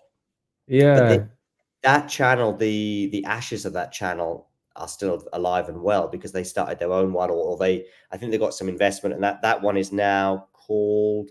It's quite a good one. I do like it. It's probably my favorite one, actually. I can't remember the name of it. Stretford Paddock. Okay. Yeah. I often see the guys still who. And yes, some of those guys will appear on Sky and that kind of thing, right? Yeah. But yeah, AFTVs, it's all right. Yeah, I don't watch too much of it now, to be honest. But because with United Stand in particular, a lot of United fans don't like it. So especially the sort of match going, they really can't stand, you know, the guy. Yeah, the same. Yeah, AFTV, the guys used to. Do they get a lot? I guess, when there was more kind of the latter stages of Wenger's era and stuff, there was quite a bit of discontent in the stands amongst them. Thanks, Jake. Yeah, Full-Time Devils. That's what it was called. Full-Time Devils. Yeah, not Talking Devils. Right. You're getting a compliment from Super Dave as well, John. You look a lot more professional today. You look great with it. Yeah, sorry. Yeah, Dave. I mean, actually, it's mainly because I went for a run and I came out of the shower and it was the hair was too wet to put a hat on. So. Oh, you didn't dress up for the final today? No, I didn't put. Maybe I could do that from next year onwards to make it a Grand Slam final thing. Put on a shirt and tie. No, I don't. I don't know Mark Goldbridge, not at all, Brazy. I mean, yeah. Have you ever seen that? The game Football Manager. Yeah. The kind of PC game. The joke is that some people used to kind of get so into the game that when they used to get their team to a cup final, they'd put a suit and tie on. I didn't know that, but that's funny. Right. Jake here says that Taylor Fritz is serving much better this set. That may well be the case.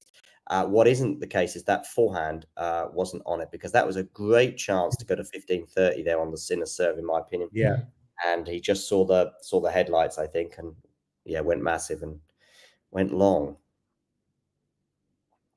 There are some funny Mark Goldbridge clips when he's playing FIFA. They are quite funny when he's doing like transfer deals and he's dealing with who's the former Burnley manager now at Everton, Sean Dyche, you know. Yeah. No, I haven't seen those of him playing. I've seen Wayne Rooney playing FIFA. Oh right, okay. Has Wayne Rooney got a YouTube channel, or someone's just somehow recorded it and got hold of it? No, I think he's on a Twitch. He's been on a video with someone else before, and they've been playing Rooney a couple of times, and he's just like absolutely smashed, basically trying to play FIFA and just chatting absolute nonsense. Oh dear, I wouldn't have thought this will do any potential manager. Is he back in management again? I think he's managing Plymouth, isn't he? I think. Oh, okay. So that's probably what he was doing in the pub there. That's why he was down there, I think. Let me check. That was a strange decision for Derby to employ him, as Sinner holds to 15. He is managing Plymouth, and they're actually in the champ. So he's still managing in the Championship, which I think he's actually doing quite well to get Championship jobs. Plymouth are in the Championship, are they? Yeah, I didn't know that. That's a strange appointment then. You can see him just inspiring a team that are trying to stay in the league, if you like, for the last 6 games. You know, give it to Rooney to the end of the season. Give it to Rooney. But I'm just looking at they are 22nd in the table, having drawn 2 and lost 2 at the beginning of the season. It's probably their first season back in as well. It's probably almost par, isn't it? I guess. Okay. I think they were doing the Championship long. How are Norwich doing? Not great. Mid-table mediocrity. Really? Sunderland. Who's the Norwich manager now? Do you know? Good question. They sacked David Wagner, apparently. Again, yeah. So someone called Johannes Hoff Turrup, which sounds Danish to me. Yeah, I've not heard of him. Oh, sorry, not again. I'm getting confused between Wagner and who's the other German guy who's been manager at Leeds? Daniel Fark. Yeah. Yeah. It's almost like a quiz there. You're really trying to get there quickly. Cristiano Ronaldo's YouTube channel is now like 60 million subs in less than 2 weeks. Wow. We've got 10,000, almost 10,000 in 2 years. I think you're being generous there. They weren't even neutral, Jake. I would say they were attacking positions. That last one in particular was a good position, I think, for Fritz to go for it. But as Jake says, he is getting through his service games a bit quicker. But as you say, the way he's kind of the forehands he's missing, he's going to put. It's almost going to be a matter of time before he starts coming under a bit of pressure on his serve. I think, isn't it? Yeah.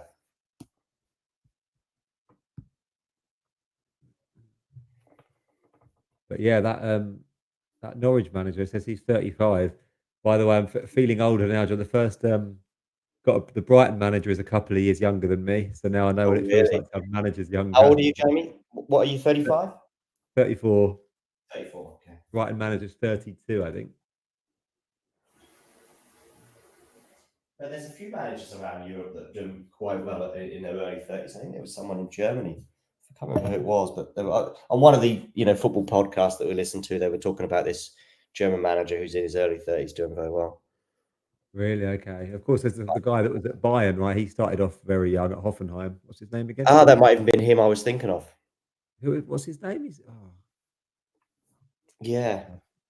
Not he was at Hoffenheim, then he was at Bayern, right? and then he got fired at Bayern, right? Sorry? Then he got fired at Bayern because they've got the company now, right? That's right. I think, yeah. He's even the manager of German national team, maybe? Oh, you're not thinking of I can see him. Frisk, is it? Nagelsmann. Oh, Nagelsmann, yeah. Nagelsmann started really young at Hoffenheim in the early 30s, I think. So Germany beat Hungary yesterday 5-0, I see. There was a crack of a free kick in that match. But I thought it was from Hungary, but it might have been a German free kick. Yeah, Nagelsmann, yeah. But Nagelsmann, 2016. So he was actually managing Hoffenheim when he was 29, Nagelsmann. I see Gundogan's gone back to Man City. Yeah. Wasn't that because they kind of owed them money or something over a transfer? So they just gave them Gundogan back. Something like that. Yeah. So a Taylor Fritz comfortable hold again. Now, can you make an impression on the Jannik Sinner serve? Of course, he got to love 15, or I think it was 15 or maybe, and he missed that big forehand, and that unraveled after that in the previous game. They're into a rally right now.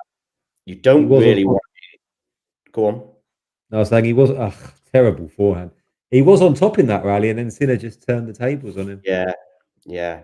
Well, when you're on top, that's when you've got to really crank it up. Anyway, 17 shots that last rally. Not the longest one of the match. I remember at least one being over 20, 23 shots, I think it was.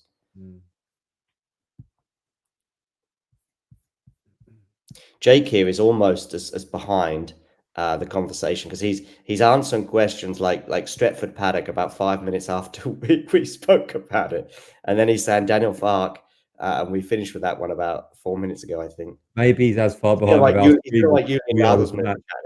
and then he'll like Vincent Company.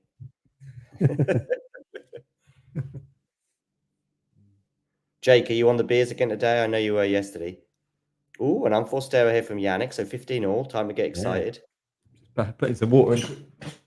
Yeah, sure.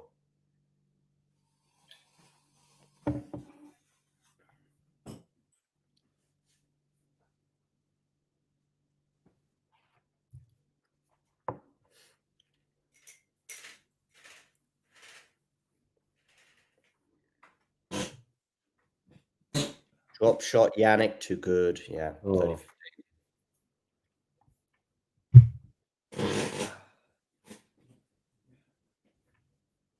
Be typical if he loses his serve at 4-5, wouldn't it, Fritz? Yeah.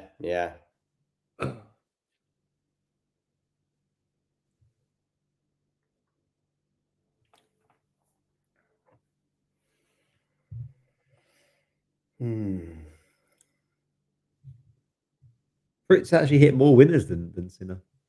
In the match? Yeah. Okay.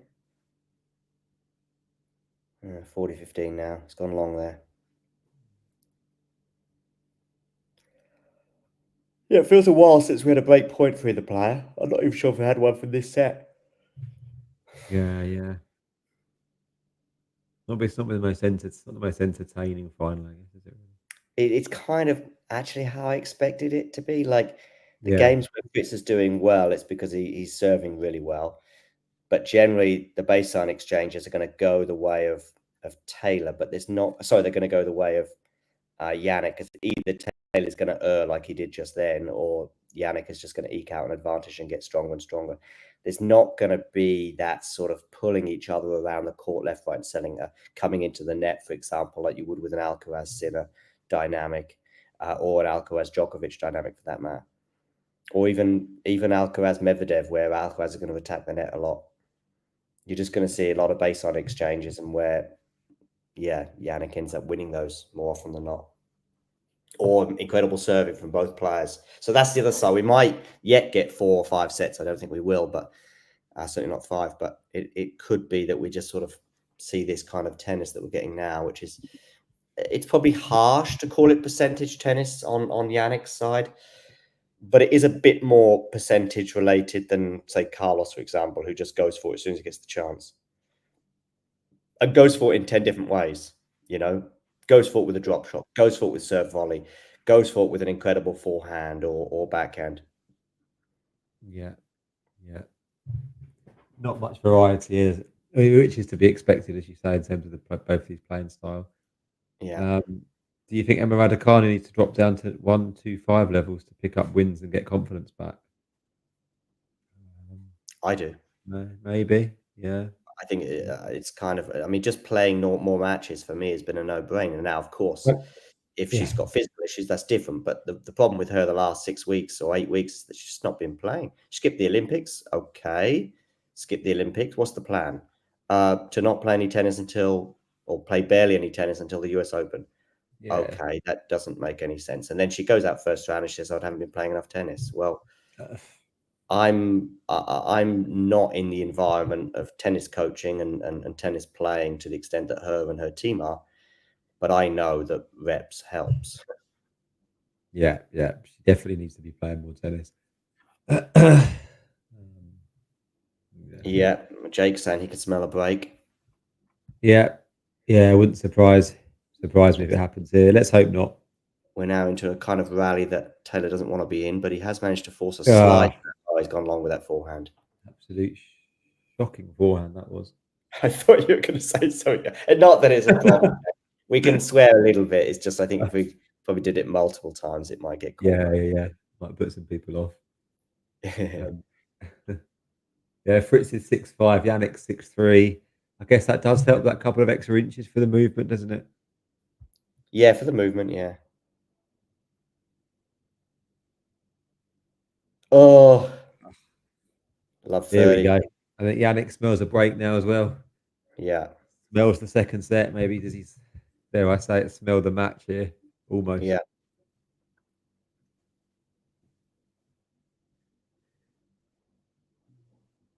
I think he sort of ran out of a bit of energy on that rally. I mean, he did all right. He got great depth that sort of forced Sinner into a defensive shot. Now he's got a really good first serve. But what about... that's an excellent forehand. I was just about to say, what about that depth that Sinner got on a really difficult first serve to deal with? But not only did he get his racket on it, it landed like quite near the baseline, but Taylor dealt with that sort of Federer-esque type inside-out forehand. That was high-quality tennis at that point. Yeah, there we go. High-quality tennis. Just what the doctor ordered. At last. He misses that first serve. That's a problem now for Fritz. Yeah. Yeah,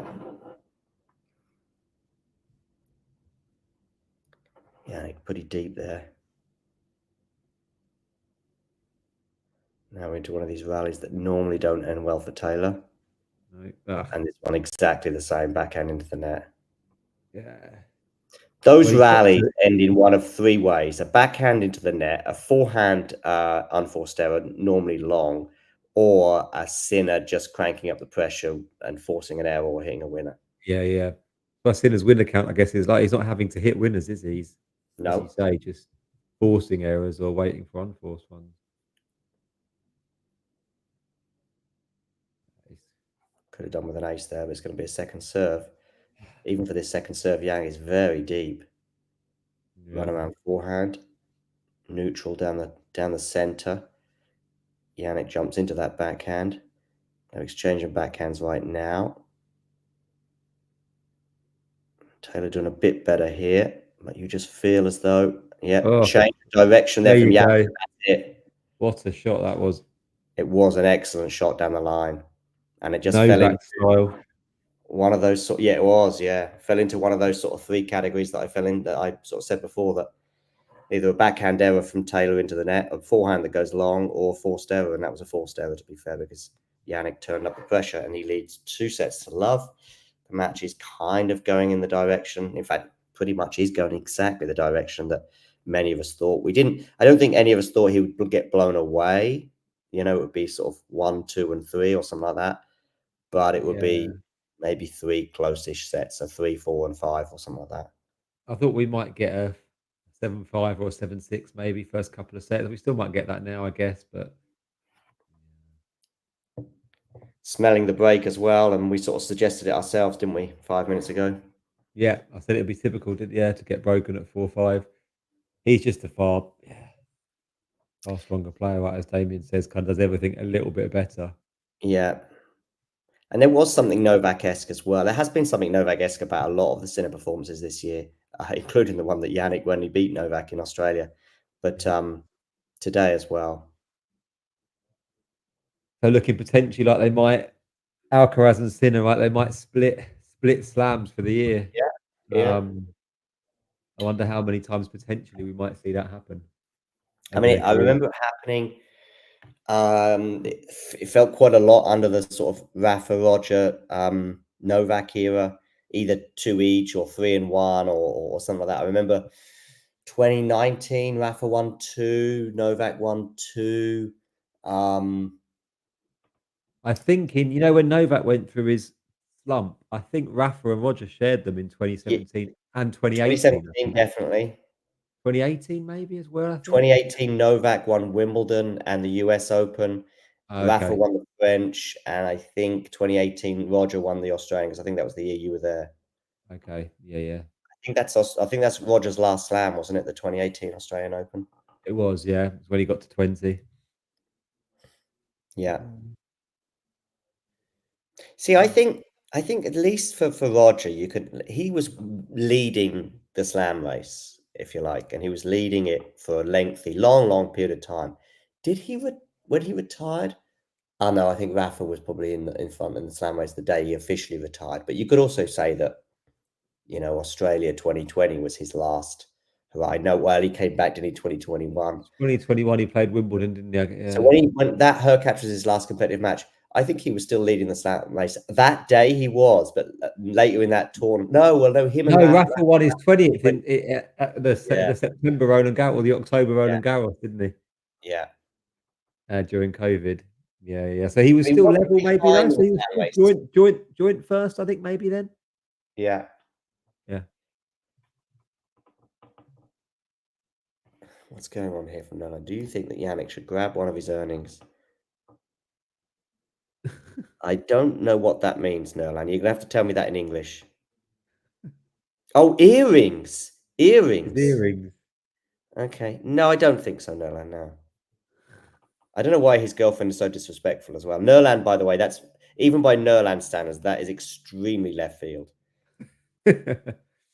Friends saying they should do the trophy ceremony now. Maybe they might have time for they might bring Taylor Swift down for a bit of a concert for the crowd. Yeah. Yeah, and maybe get some Matthew McConaughey could do a theatre performance. Jovi's there as well. Mind you, Fritz has got Love 30 here. Yeah, and the team are pumping. They go, yeah, we're back in this at Love 30. And Greg asking for Monfils as well. There you go. Yeah, they should switch them. Bring Monfils in.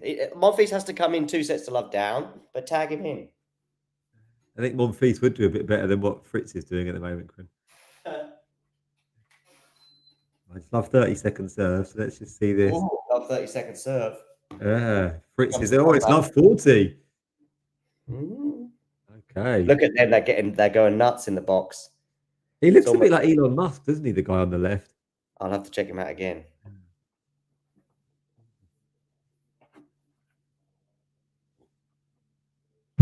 I can imagine I wonder if the crowd are on their feet or if they're kind of if the wind's been taken out of them by those first 2 sets. I mean, he could get the break but here and get an immediately broken back as well. Jannik, they're bringing it up. Yeah, not much Taylor can do about that. 15-40.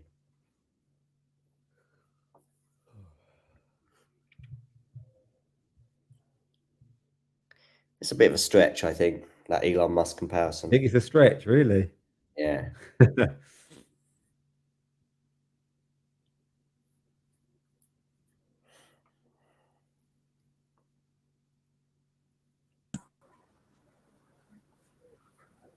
$15, 40 second serve now.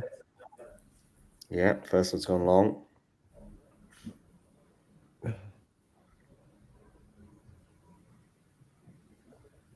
Just go for it. Yeah. He is going for a bit, but now Sinner's on top again. yeah, Sinner's on top. There you go. That backhand down the line again, wasn't it? I really Damien agree is- with Ken this time. Not about tagging in Monfils for the trophy ceremony, but that they should do the trophy ceremony right now and just spare us the next 40 minutes of this. I mean, it's 1:23 on the clock. Jesus Christ. I know, wow. But Nerland's asking you, Damien, if you would rather date Sinner or Nick. Yeah, I was gonna ignore that. Yeah, I As thought you were brought it gonna up, I don't know. Both are like kind of cool Christian boys, nice. They're not Nick Kyrgios, they're not bad boys. So I guess I don't know. It's really hard for me to give you an Juice. answer. Let's talk about that. Three break points have come and gone, and those fist pumps from the Fritz team have disappeared, of course. This is the final nail in the coffin, If Sinner comes through this now, yeah. Damian Jędrzejczyk. Yeah, I remember you asking about Damian Jędrzejczyk because you said Damian Jędrzejczyk at the beginning of the stream. I was thinking of this swimmer that we used to have, but I think she was called Jędrzejczyk. Never mind. Taylor doesn't break now, he should retire. Retire from the match or just retire in general, Gren? Is that Kren? Yeah. It is Kren, yeah. But it could be in general, to be honest. I mean, I don't know. I know yesterday I was praising Jessica Pegula for her performance. I think she did well, sort of with what she had. Taylor is just disappointing because he literally has not done anything interesting in this match. Like he's just literally playing his game and hoping it will be enough. Yeah. That's a body blow, that game, isn't it? You'd rather lose the game to love, wouldn't you, really? Oh, I see Taylor Swift now, finally. And they instantly jump to Matthew McConaughey. I would rather date, Nurlan, I will tell you that. I would rather date Matthew McConaughey than Taylor Swift. I'm going Taylor Swift for sure. I don't want the attention, and I don't want her next album to be about me. About your obsession with tennis and challenges. I think you get whatever, right? I mean, she pretty much will just write a 10-minute song about you, probably. So, but I think you'd probably get quite a lot of attention, right, if Matthew McConaughey just decided to leave his wife for a young tennis YouTuber. Yeah, there's Taylor. Yeah, There she just is, clapping. Probably I remember doesn't the know years when what's John Bon Jovi would be getting all the attention, but now he gets it once every couple of hours. I Whereas, saw an interview with him today. did you? He's a at Cam the- Noise, isn't he? I don't know if you meant. I mean, I saw maybe it's a bit of a stretch. Like I saw that there was an interview, and I was like, I mean, why would I listen to this? Oh, But it was made at the US Open, is what I'm trying to say. Dustin Hoffman, I saw a little while ago there as well. Dustin Hoffman, really? Yeah. Don't remember seeing him at the tennis before. Yeah, me either. No. I've seen And plenty that's of an Ben actual, Stiller last week or so, but not today. That's an actual person you can idolize, not Taylor Swift. Robert De Niro. He there? No. I think I've seen him in the past, but not this year. I think I've seen him at a tennis Yeah. match. Yeah, yeah. Obviously, Hugh Grant shows up at every Wimbledon. Yeah. Maybe not all. I see Tom Cruise at Wimbledon more than I see him at the US Open. And Who? Bradley Cooper at Tom Wimbledon Cruise. as well? I don't know if I've seen him at the US Open either. Who, Jamie? Yeah, Bradley Cooper, I think so. Bradley Cooper, I've seen at Bradley Wimbledon. Cooper, yeah, Wimbledon, yeah. Brad Pitt as well. We mentioned him earlier. Maybe Alec Baldwin at Wimbledon as well. Ferguson. Oh, I've seen Alec Baldwin at the US Open this year. Yeah, I think I have as I've well. seen yeah. Alec Baldwin somewhere. Yeah. And that's kind of like the first time I think I've seen him in that kind of relaxed environment post.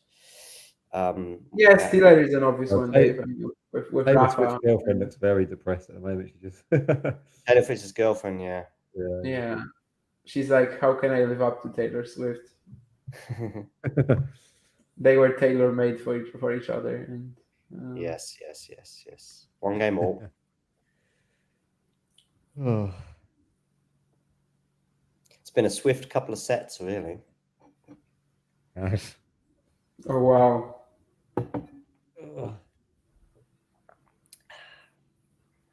Oh, was she Courtney Cox? Yeah, I've seen her hitting with Iga. Courtney Cox. Hitting with Iga. Yeah. Yeah.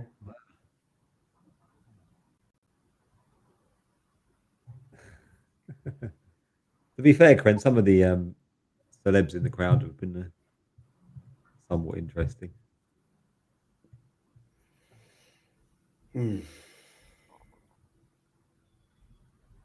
Or was that a return? No. It must be long. No. That was out, yeah. Let's not kid ourselves. Is Fritz getting to another final, do you think? He might, but if it's a big name waiting there, I know he's just defeated 4 top 10 players in a season at Grand Slams. 2 of them being Zverev, actually, but there's still a gap between Zverev and Sinner and Alcaraz. Yeah. Maybe there's a gap between Zverev and Medvedev. Like if it's Medvedev on the other side of the net today, is it easier? Like it's a little better, right? It's a better match. Yeah. When that Medvedev Sinner match happened, I was thinking Medvedev could win this, but could easily not win the tournament. When Sinner won, I actually think he would have won it still, but I'm not sure. It would have been a little more competitive. That's why I wanted Tiafoe in the final. Like he at least can go on a patch of 20 minutes of just unplayable shot making and surprise Sinner with something. Like, just I don't know, be more explosive. But Taylor said he had a dream that and he thought he was going to win. This is like, I don't know, 24 hours ago he said it. Really? Yeah. He was going to beat Sinner in the final. What's that question, Kren?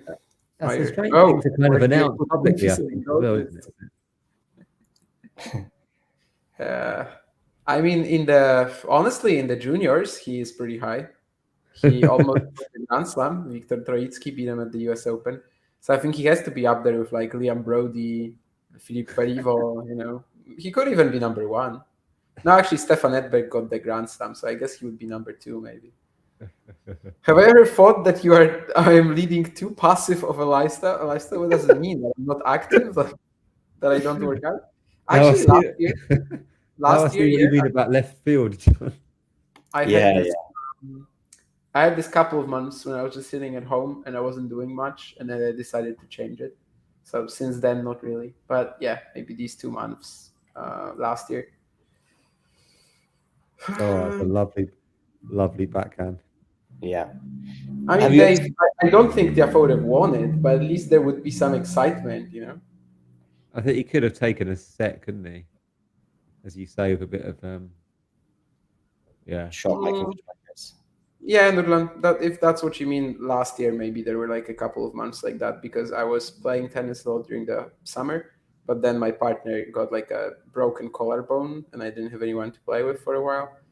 But otherwise, not really. Throughout the university, I was still playing table tennis twice a week, an hour and a half. So I think I was fine. Now I'm running a lot. So.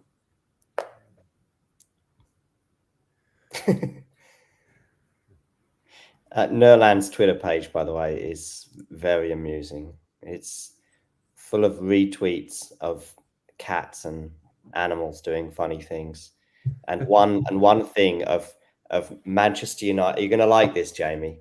I'm going to go to Nerland's Twitter page right now and show you something I know you're going to like, Jamie.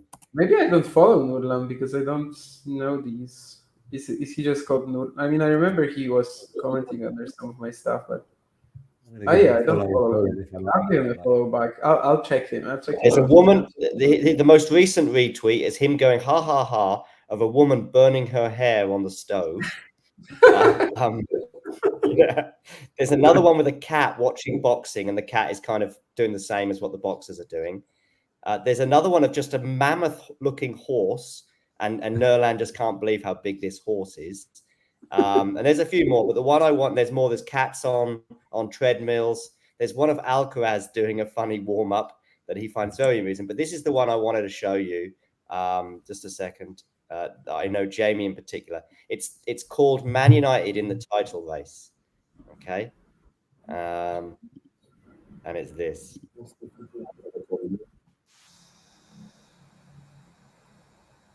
Can you see that? Yeah. So Man United in the title race, and I'm guessing that's supposed to be Man United there. That's a good one. I'm going to follow Nerland, I think, just for that.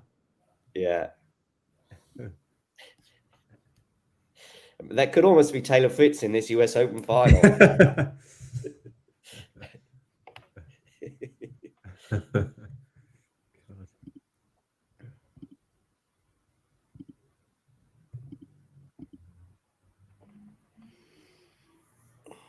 Oh God, yeah. This is not a riveting final, is it? It's the final that we all feared.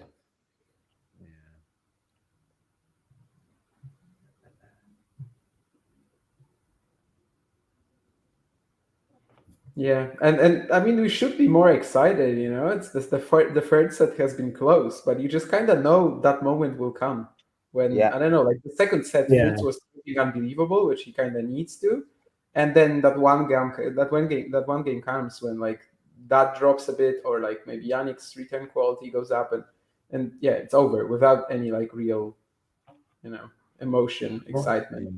Reminds me a lot of the Slam finals that Novak's played really over the last sort of two or 3 years, I guess, before playing Alcaraz. Would you guys say, by the way, that last year, yesterday, was that the best women's singles slam final of the season? I heard you and Nick talking about this because I didn't go to the pub last night, as you might have thought. I actually got home in reasonable time. The reason I got delayed was because it's a 15-20 minute bike journey back from the Challenger, plus I picked up a takeaway on the way home. So by the time I got home, you'd finished the stream. But I clipped the last couple of comments you had. One was on this final, and the other one was on looking back, of course, on the women's final. And I pretty much agree that, of course, the quality was there. I probably still felt that 85% of the time I knew who the winner would be. Whereas the Paolini, because there's only the competition's but it's not about quality. It's just two finals you can choose from. Yeah, I mean the first two are just throwaways. Yeah. The first two as well. What makes it worse is that that's exactly what we thought would happen. So a little bit like this one right now, for example. Yeah, it's in the same tier as this one. Yeah. So I guess the critique of Paolini, you kind of didn't really know who was going to win right until. I mean, Krejcika for me was the favorite beforehand, so she wins the first set. Paolini's doing whatever she possibly can and grits through that second set. There is that last game as well when Krejcika had, for me, an unexpected wobble. And it was 3 sets, and there was only ever one break advantage, I think, in the third. So there's huge amounts of intrigue. I love the semi-final that was between Vekic and Paolini, but again, it wasn't about quality. It was all just so much drama. Quality-wise, yes. Yesterday, I guess, would get it, but the problem for me is that I always thought Sabalenka would win, even though I know lots of people were sort of going, "Oh, she's wobbling again," like she did like last year and other times. But I think she's in a much better place, both this year and last year to some extent, compared to what she was, say, 2 years ago. And there's a gap between her and Pegula, and the gap was there again yesterday, I felt, through most of the match. So I'm just not as I've seen lots of 7-5, 7-5, 7-6s, 7-6s that have just taken the breath away still, whereas I don't quite feel that about yesterday's final. I think the Pegula narrative might is win that- that second set. She might win it, but I still think Sabalenka wins the match.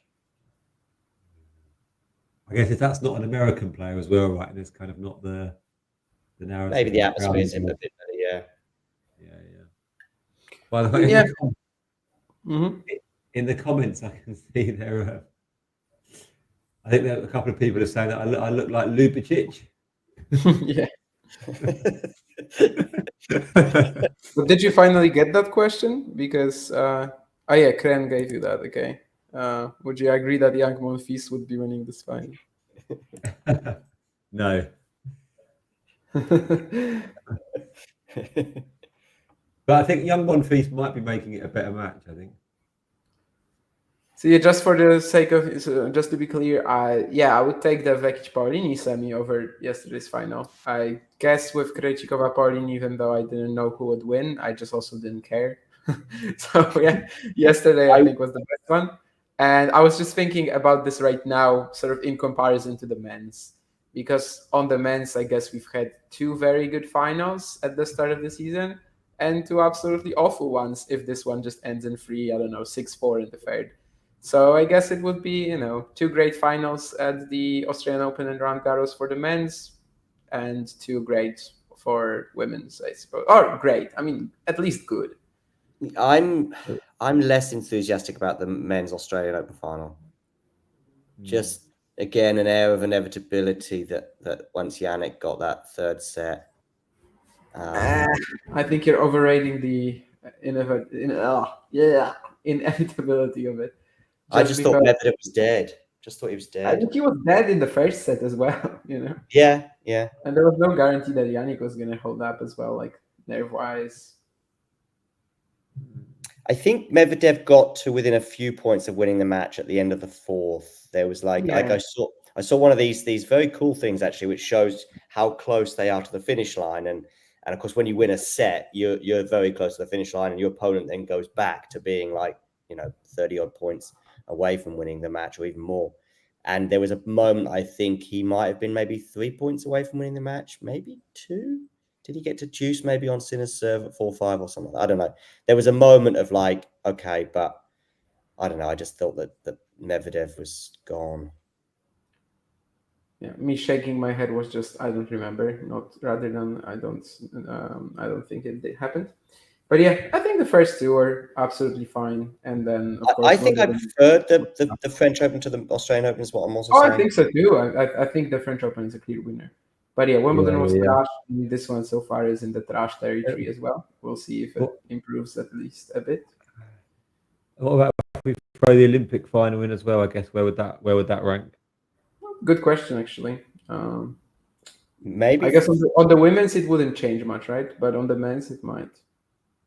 Yeah, maybe first quality wise. I mean, of course, some are calling it one of the best straight set matches in tennis history. I don't know. Tennis history, no, but maybe this year, yeah. I've seen takes like this. I'm just trying to say.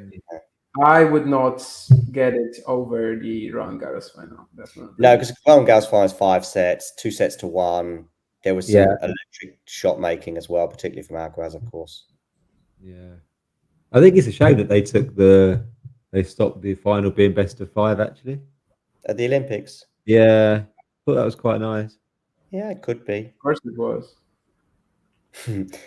Damien's a huge lover of 5 sets. I am as well, by the way, but I don't get fan of 5 sets. Yeah. I mean, big finals, they should be best of 5. ATP finals, Olympics, why not? I mean, there's literally no problem with it. It's the last match of the event. In terms of the ATP finals, it's even the last match of the season. So, and once again, Tracy Austin, Andy Roddick, maybe they really are together. I saw them next to each other, about an hour ago. Wow. Yesterday, our, they were our couple. Yeah. Brandon Cole is gonna get a new brother. What's Andy Roddick doing to himself by getting involved in all these Twitter debates? But what's he doing with the podcast and that? He doesn't need to be. He was fine just doing a bit of commentary from here and there. Now he's probably putting himself all this stress and all these fights on Twitter with various people that are just trying to drag He him likes down. fights. Doesn't he like that? I mean, he was always a bit like, trash talky to Yeah, his maybe, opponent. but just do it from the booth and just have a nice the rest of your life. But a lot of it's unnecessary, I think, and it's probably damaging more than, because I think you might say he was always trash on before, but I think generally people thought he was a decent guy. But I think he's getting involved in all sorts of stuff he doesn't really know about. Oh, that's a lovely shot. Yeah, forehand winner I there. mean, first of all, he's doing a podcast with John Verdheim, so He's calling that. He's also tried to say that he's an independent podcast, but then he's got sponsorship from Chase. He's got his former racket as well involved. He's got he's not.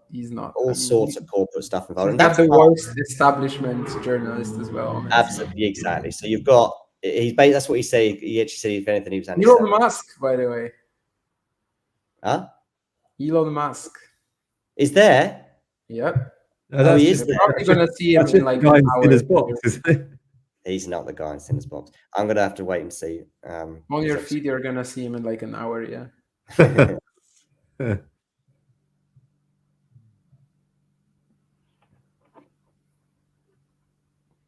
Trump or Kamala Harris, neither of them are there. No, surprised they haven't made an appearance.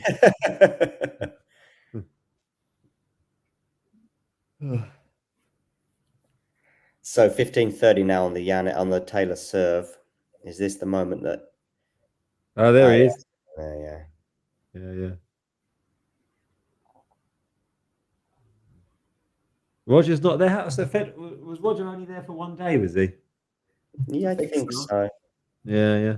What was it, Dimitrov something or no? I don't remember. Oh, has that gone long? Yeah, it might have been Dimitrov.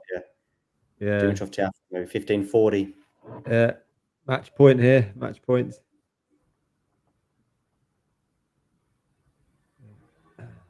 Yeah, John Silk, he can say he started a podcast from his garage, even though he doesn't have a garage, but metaphorically. Andy Roddick doesn't get that claim. No. And by the way, I have no problem with sponsorship and all the rest of it. But once I get to that, if I ever get to that stage, of course, I cannot claim to be independent or anti-establishment. If I've got Chase Bank and I forget which tennis racket it is, Wilson, I think. Well, didn't Pavi G call Talking Tennis the establishment once? Yeah, I think he did. Yeah. He also said we're morons as well. That's more true, probably. Yeah. Yeah, it is for sure.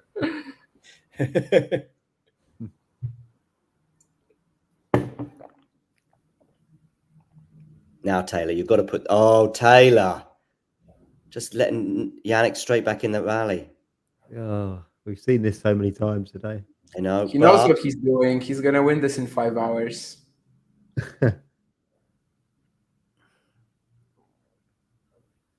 Now we're at neutral. Oh, Wow. Jannik misses. Okay. Look. That's the first extended rally I can remember Fritz winning, to be honest. Yeah, 21 shots. I feared the worst when he had such a great advantage in that rally and it just disappeared.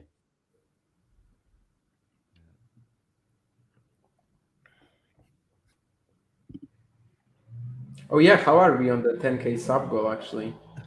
We're going to be just short. I think we were about 9,910, I think, something like that. That's not just short, but okay. Isn't it just short? 90 short? But didn't we start like 250 short? Something like that. It's been quite slow. I would say we had some good days. If you look at it percentage-wise, right? Then I have to say that when you first said it, I was like, no, I think we'll make it. Then about 3 or 4 days ago, I was looking at sort of a couple of days where we sort of just added 10 per day, something like that. Rather than the sort of 20 we probably needed, 25. And today it's gone up like 5 or something. So, yeah. She charmed you, Jake? We'll get there in a week or two, though, right? A couple of weeks. Maybe? Oh, we'll definitely get up it. We'll be there by this time next week. Yeah. Oh, that's a big ball. Oh, that's a lovely forehand winner. Jake saying Morgan's Where's looking the delightful popcorn tonight. tennis covered? I mean, who is even working for popcorn tennis? I mean, it's a site that puts out like 2 articles a month.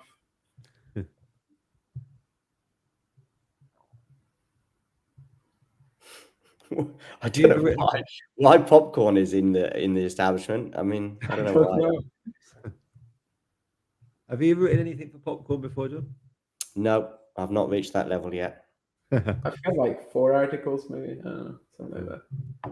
I mean, obviously, I could write more, but I mean, I don't necessarily like writing all that much. So if it doesn't pay, then I mean, or pays next to nothing, then I don't really have the motivation. Unless it's something, you know, that I really want to write, like a challenger or something, then yeah, I can write that. In fact, I think my last piece for Popcorn Tennis was at the end of last year when I was reviewing my top 100 picks. So I might as well do it again, actually. I don't know where I'll do it, but I will have to do it somewhere. And I don't care if I'm going to get paid for it. But, you know, to kind of write regularly, I would have to get paid that for a bit, yeah. Oh, Jannik, just doing what Jannik does best. Yeah. Regarding Morgan, Jake, I don't get it. What's that? I don't get the Morgan attraction thing, really. No, just that Jake's very keen. Jake's very keen. Morgan or Taylor Swift, not Fritz.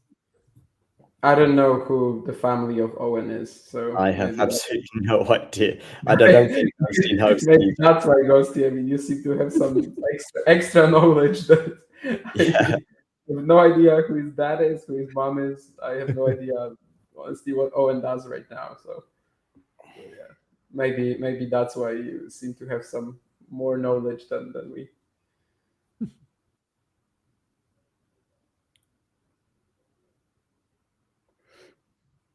Okay, so going down the middle here, 15 Yeah. all. You're in a few more rallies. Well, the Fritz family are on there. They're seeing 15 all as a sniff. They're doing that at 15 all. Jesus Christ.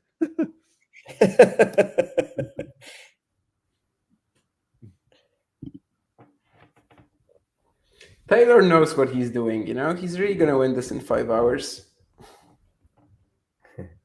I think I'm on your side, Jake, with Morgan. I'm probably on John's. Yeah, I don't. It's fine. No big deal. I mean, she's okay. I don't necessarily, you know, she's not my celebrity crush. No.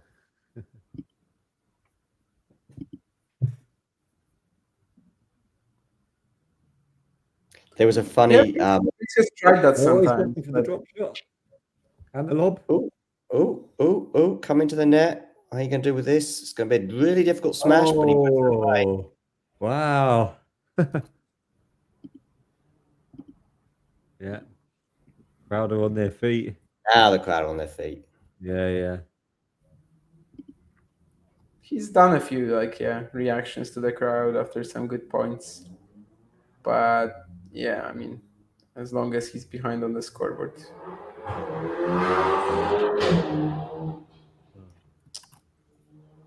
So many reckless drivers outside of my window. No, that's what that was. Yeah, it's a very noisy street. Ursula von der Leyen. She's the former president of the European Commission. Angela Merkel is better, for sure.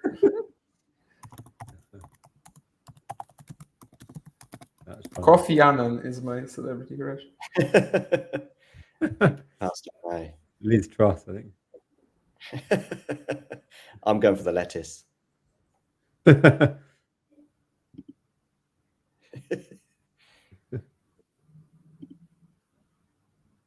Oh, go on, Taylor. He's going to win this point, and he's going to get 2 break points. 2 break points. I think everyone already forgot Theresa May, so. Yeah, she was about 4 or 5 ministers ago. Matthew McConaughey is doing some sort of game over sort of thing. Oh, wow. That's what he was suggesting. I don't know if he means this set or the match itself. Look at that fist pump from Taylor. He still believes. He still believes. That I can get behind, Jake, for sure. And well, God, the crowd loving it. I know what happens now. Although I've not seen the score. Double fault, is it? It's going to be a second serve anyway.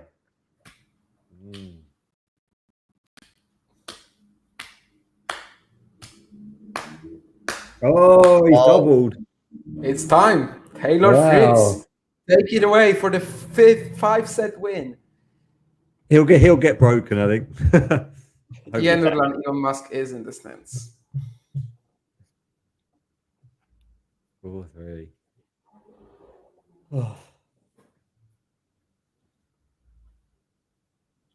He took a break from developing the new rocket to take us to Mars, and decided to watch a tennis match. Honestly, a pretty bad choice so far. I mean, if you chose to watch, like, I don't know, Shelton Tiafoe, sure. I saw him at the World Cup final in 2022, was it? The winter one. That's a good choice. Elon Musk, it was. He was there, was he? Yeah. He was at the World Cup final, did you say, in 2022? Yeah, that's the best World Cup final for a generation, I'd say. Yeah, it was a good match. Yeah, I was like blind drunk watching it. I had COVID for the one and only time, unfortunately, so I was housebound. Oh, I thought you said you saw Elon Musk. Yeah, I saw him on TV. Okay. I didn't thought go. you were there. No, sorry. I've heard that, Dave, too. I don't know. Maybe it was the same person's opinion, but I've heard that too. Yeah. Okay. I don't know if it's true or not. I mean, to be honest with you, Are they acting inconsistently or something? Or I don't know. Novak hit a lot of double faults when he went. Who hit a lot of double faults? Novak hit about 13, didn't he? His most ever. Oh yeah, he did. Yeah. Hope it was not Nicola, because that would probably mean that you are delirious. Dave said he saw a Tesla today. Yeah, that was what I was commenting about. All right.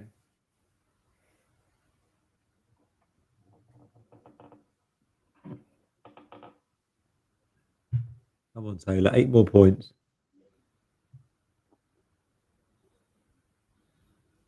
Yeah. Well, not necessarily. He could get to juice and win 8 points and still lose this game, for example. But I know what you mean.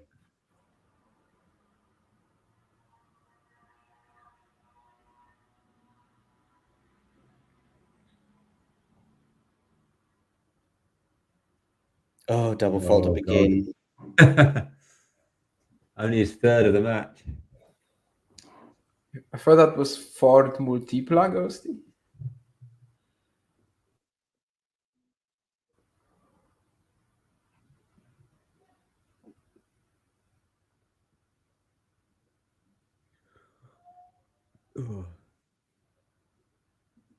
Ooh, forehand into the net there from Jannik.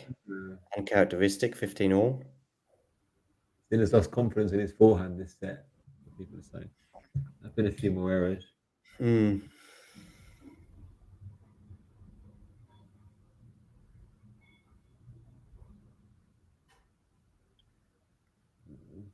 No, 10 errors this set overall from Sinner.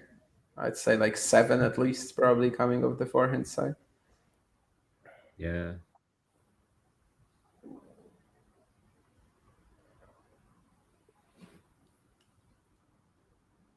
Oh, that was very deep from Taylor. Both of them. And then it's the backhand unforced error finally from Jannik, who sort of seemed to lose patience there. It did. Taylor sponsored by Chipotle. Okay.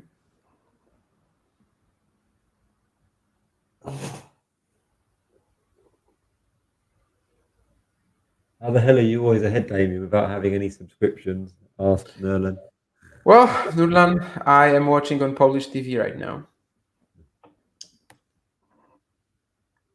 Oh, really keen. I stopped watching, but I saw Pietreczko had a very nice average in the morning, like in the afternoon session, but I stopped following in the evening, to be honest. Of course, he already won a Euro Tour last year, so.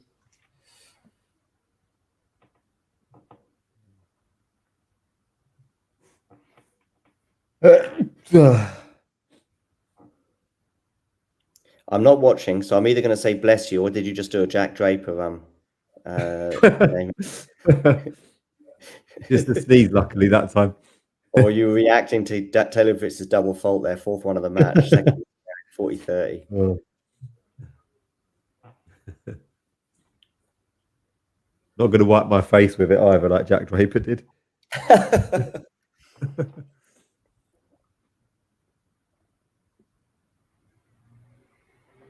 Okay, into the rally. Here's that a shank. It is, or a deuce. Is it Frank? God, please don't give the break straight back. That would be just.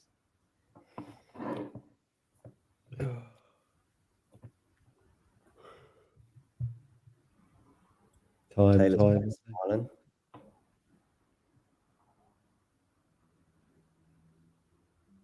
Good serve out wide. Yeah. Yeah.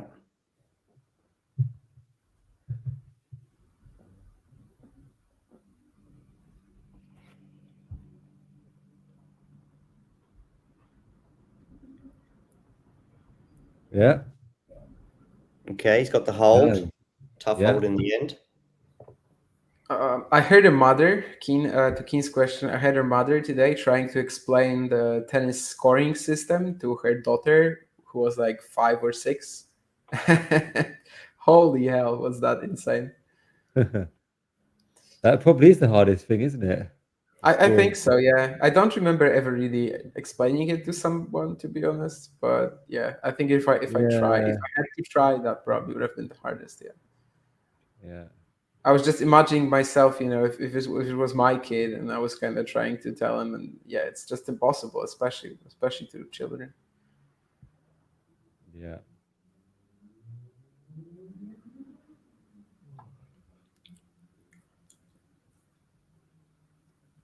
Boris Becker getting all excited on German commentary. What channel would that be on, John? That Boris Becker? That's on Sky, I think. I think it's on. Or it might be on. No, there's another one in Germany that's weirdly enough is also showing the tennis called Sport Deutschland or something. Okay.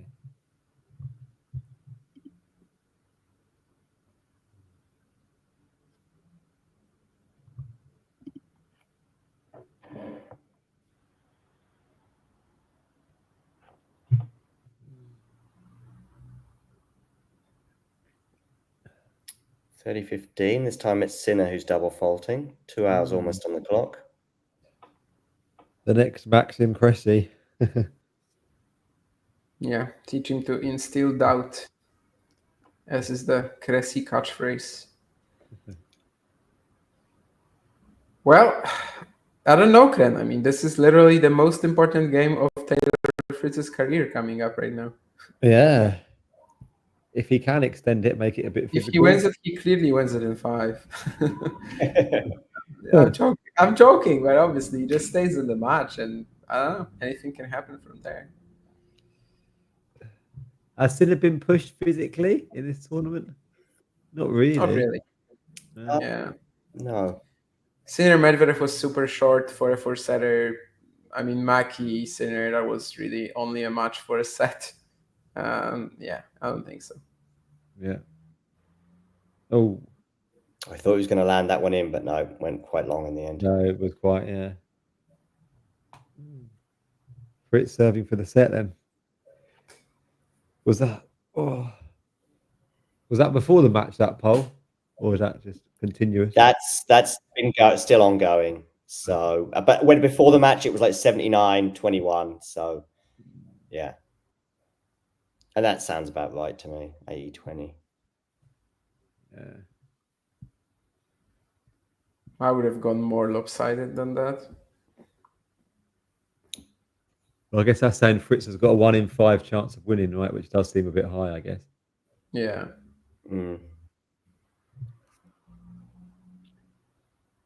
Fritz had about a 1 in 100 chance before the match. Right now, his chances have gone up actually, compared to pre-match for me, because I mean he's serving for a set. And he's serving for the third set as well. So he's got a bit of momentum. Jesus. What's That might this? Ghosty comment. This might be the most egregious thing you've ever written, Ghosty, and Oh God. it's quite an award for considering. Yeah. Marion Bartoli's talking on Sky Sports UK. Will be Who tough, is? Keen, because Korea Marion doesn't Bartoli. Oh, okay. like, yeah. I doubt I can get on Federico Corea's vlog, to be honest. I mean, he barely speaks English. I barely speak Spanish. I don't really know what I would have to do, to be honest. Yeah. He was in Seville this week as well. He stayed until Saturday, I think. I saw him practicing. Or it might have been Friday I saw him practicing, even though we went out a couple of days before. Do I rate Fede? I mean, I think he's done a lot of tremendous work the last few years to actually become like a proper main tour player after a career that wasn't really suggesting He's it. pulled it. But otherwise, I mean, at this level, he's definitely fine. Last year in Szczecin, he won. There was a press conference where he kind of managed to say something, but yeah, in order to do an interview with him in English, that's not really possible. He's going to tell you something, but he's not really going to understand your questions for the most part. Oh, yes. That volley was pretty good for Taylor, certainly by his standards. I thought he'd thrown it away when Me too, yeah. Korea Ghost. By the way, Seville Challenger, presume that's indoors, right? No. Oof, No. that'd be great. It's bacon hot here. But that's too hot to play tennis, right? It's in the 30s. Well, but they do it Australia can be nuts.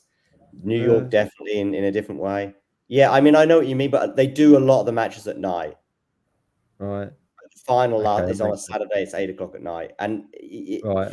September is still super hot, but it's not August, July. There are outdoor events in November even as well in Spain and Italy sometimes. Well, Italy not these days, but Bari used to be held at that. But yeah, Spain especially. Ooh. Okay, 15:30. Turkey, I think, used to hold even a December challenge outdoors. Who is? Just Turkey. Turkey, yeah. Yes. Good serve. Yeah.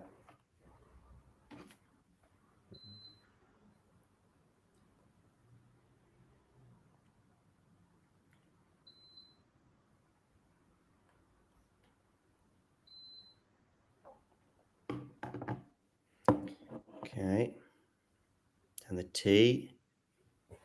That's a good return from Jannik, to be fair, under the circumstances. Oh, Jannik's turning it on. Yeah. And again, and that's going to land out. Oh, that was big tennis from him. It was big, yeah.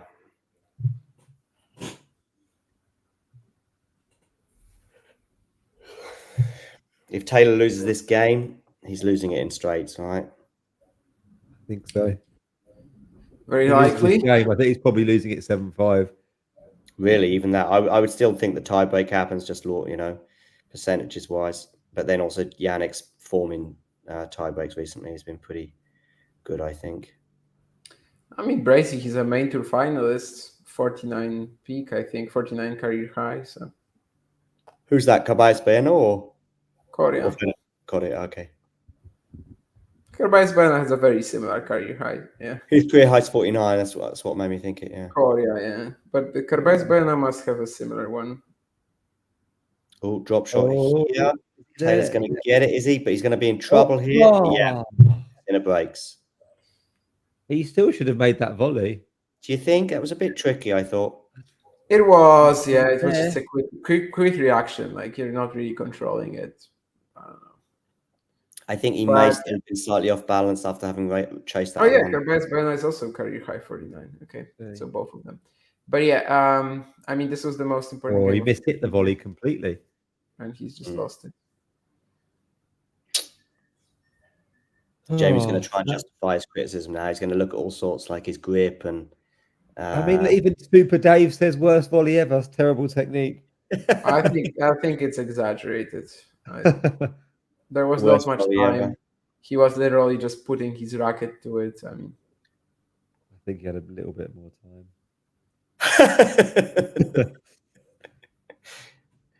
Jesus, Brady.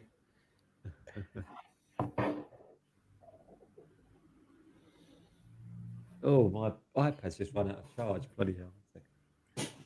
It's not untrue. I mean, my volleying tends to be very mercurial.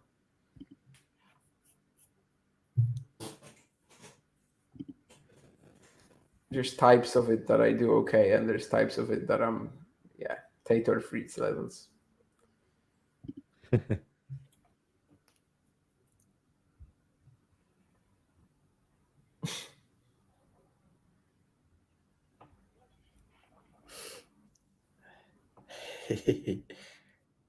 Knowing Nerlan, he probably wasn't even watching.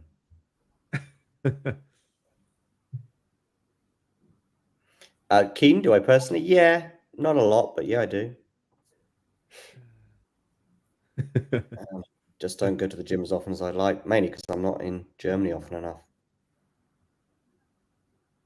Gyms are closed in any other part of the world. The gyms are closed. Wow, Germany yeah, is the capital.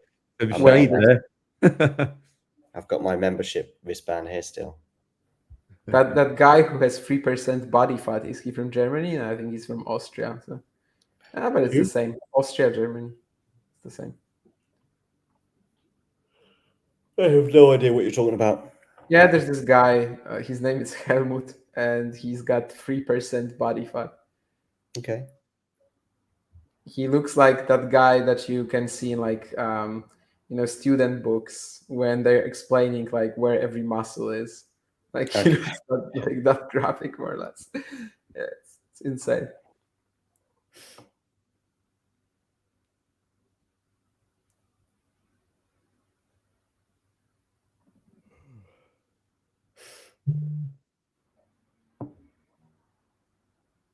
Oh, cheeky double.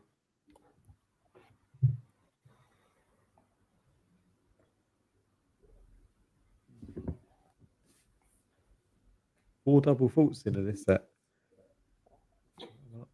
I got a notification. I guess maybe that's still because of the Talking Tennis account. Because no, actually that's mine. Okay, never mind.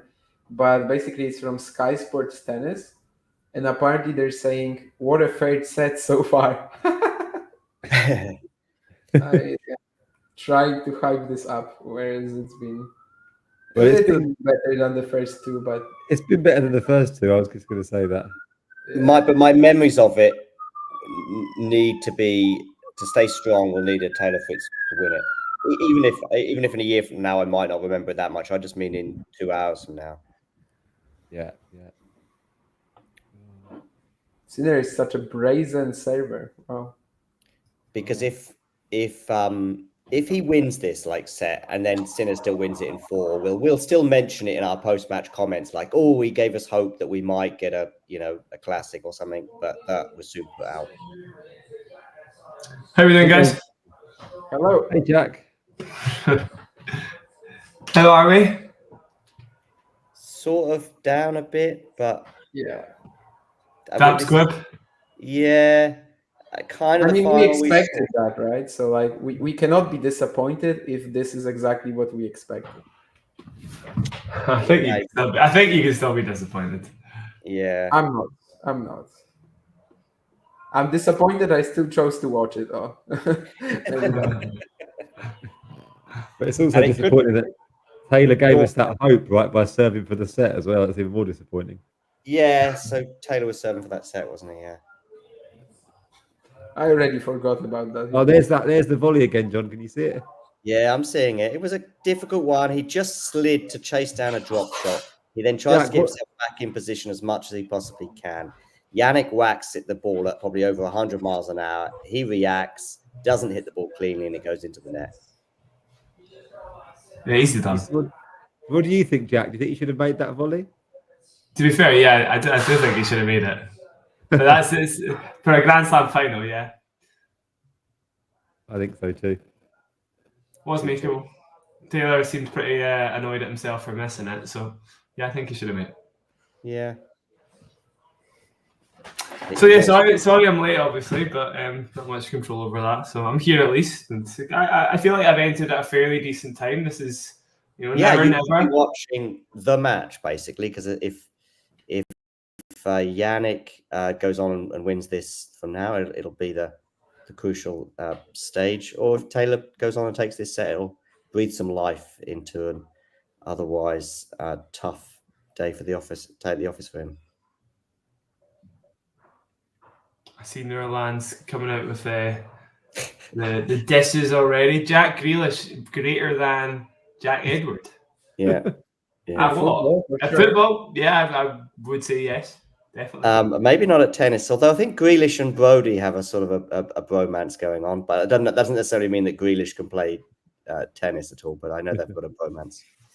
But I take that as a compliment, Jack. He does it with people that he secretly likes. Like as soon as they arrive, he'll just put some arrows, and that's like, okay, he knows who you are. It's almost like if Novak is paying you compliments, you're in trouble, But the reverse means you're causing a threat to him.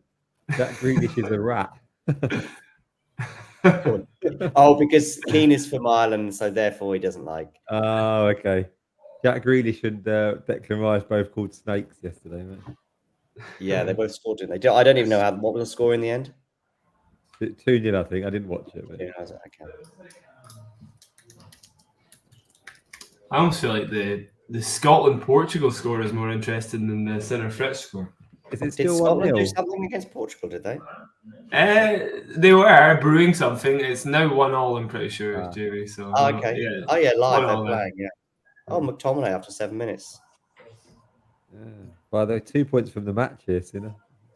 Yeah, thanks, Jack, for showing up. I mean, bye, guys. It's all right, I know. That's got to be out, no? No, it's not. Okay. This is some point. Oh my God. On my screen, it's love 30. Same. 2-2. Yes, such a good point. That was fantastic. Great point. Oh, I see what you mean with thinking that one might have landed out. Yeah, it was so deep. Yeah. gone for the drop shot. Not a great one. No. Oh. Redrop. The redrop was nice. I like the redrop. Yeah, I think that caught Sinner by surprise. Caught me by surprise as well, actually. You like that redrop, Damien? Touch of class, that, wasn't it?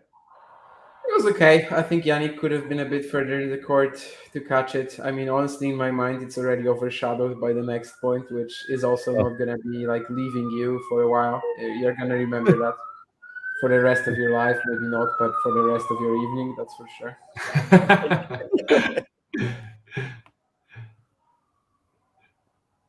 I try to drive volley once every month, probably. I love a good drive volley when it works. They're so hard. Oh, it's good when you make it, yeah. But oh, okay. That's going to be that. What do we think the center? What do we think the center celebration is going to be? Maybe just to fall on the floor, just to. I don't think you can fall, honestly. No, he might not. It's going to be. He might get a doping sort of testing out and just sort of show everyone. Whoa. Get a massage. 15-40 anyway. And it's going to be a second serve. I'm halfway through the point. Okay, so it turns into a rally, which is not great news for Taylor, but most of his second serves will. I'm watching the rally now as they exchange forehands. Jannik just turning up slightly there. Backhand to backhand now. Now it's going to be on the Jannik forehand. Now Taylor has a big forehand. Could have done maybe slightly better with that one, but maybe I'm being harsh. Backhand to backhand. I thought that was going to go into the net, but it didn't. And that one didn't either. But that one does. And Jannik puts his hands to the air. Yeah, quite exciting. subdued. Yeah. Yeah. I mean, no drama here. He knew exactly from start to finish he was better than Fritz at every single aspect of the game. Yeah. I mean, it's sad, but it's true, you know. I was like, there was no way he could have got beaten. I don't know how that could have happened with Taylor. The only Yeah. way, I guess, if it had gone to a fourth, right, and Sinner would have got, it would become physical, I guess, in some way. But, Yeah, I still don't think Taylor makes it physical enough. yeah. Because he doesn't really want to. I mean, the first 2 sets were done in an hour and 20 minutes. You know, Taylor, of course, doesn't want to make this physical until it gets to that sort of 4th or 5th set. Then it's like, okay, maybe. But by then, neither player would have expended a huge amount of energy. Yeah. And Jannik Sinner wins his 2nd Grand Slam of the year. So him and Carlos share the slams. I wonder who's had the better year. Maybe Jannik. I mean, better than the slams, Jannik, yes. Just the 4 slams. Obviously, he did slightly better at the 2 he didn't win, I guess. Carlos got the Olympic silver, though. Let's not forget. Carlos Olympic silver. Yeah, but he also didn't play it, right? Yeah, but that's got to be part of the year, right? Yeah, I I think it counts. has to be included in the conversation, but like obviously Jannik is the player of the year so far. Like it's not close. I mean, consistency-wise, it's just not close, and they have the same amount of number of titles now. And now we have a Jannik Sinner seal hug. I think he might have even gotten a bit of a kiss from a rose on the cheek there, but I'm not sure. Hug from who? A big wet kiss from Kalinskaya, says Brazy. Oh, okay. Yeah, I think there was a kiss from Seal, yeah. Jake still pushing the Morgan drum. I mean, I'm not surprised, you know, after he sealed the deal, Seal had to do something. Damien, come on. You can do better Oh, than I that. see what you now mean with Seal. Okay, so he's obviously nearby. Seal, wow. Seal looks more emotional than Jannik. I mean, Alcaraz won Indian Wells and got a silver medal at the Olympics, Nurlan, but I mean, it's not a conversation. I agree. I mean, that's 2 huge things. Sealed with a kiss. Hey. Right. It's got to be the worst slam of the year, right? Maybe. The standout matches on the men's side. Yeah, I thought the women's was better, to be fair. But for men's, I mean, I would say it's probably not the So best. Tiafoe Shelton. I've still got Cressy Hoinski from qualifiers in my head. That was good. That was good, to be fair. Yeah, just the drama. Yeah. What else? Sinner Medvedev didn't live up to expectations. I don't know how Tiafoe was because I didn't see much of that one, the Tiafoe Fritz semi. But that was sort of like just waiting to see them get beaten in the final. What was the Evans 5-setter against Hatchinov? Oh yeah, Hatchinov. Yeah. First round, I think that was. Well, I'm just trying to think back to the other slams. Wimbledon didn't have the final, but what else was going on? I guess we had Medvedev, Sinner, Alcaraz, Tiafoe. I mean, that was a great match. Yeah. The French Open and Australian Opens had some big 5-setters. Obviously, the French one in the final and also the semi-final. Yes, the French one definitely is ahead of this one. But just in general, yeah, it's a pity because the US Open, I would say, until maybe last year, was sort of the one that always sort of was the climax. It was always the best one across the year. But last year and this year has been both of them a bit underwhelming. And it was summed up by the 2 finals we had last year and this year. I mean, you Damien, and Jack were with me a year ago. I remember us just putting your hands to your face with a lot of things that were going on the court that day. Yeah, we expected a lot. Yeah, you guys were more optimistic for a big final than I was last year. But this year, I think everybody would have just said, look, Jannik is winning this. Maybe 1 or 2 went in 4. Someone went in 3. Tim Henman was the outlier. Apparently, he went for. Jamie was telling me earlier that he went for Taylor Fritz to pull off the shock.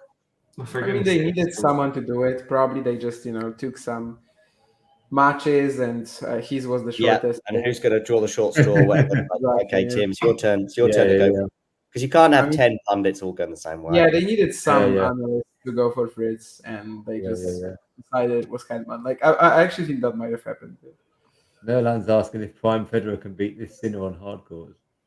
It'd be a good game. I'm sure he could. I'm sure he could. Pretty good. Yes, it's a stupid question. That's my answer.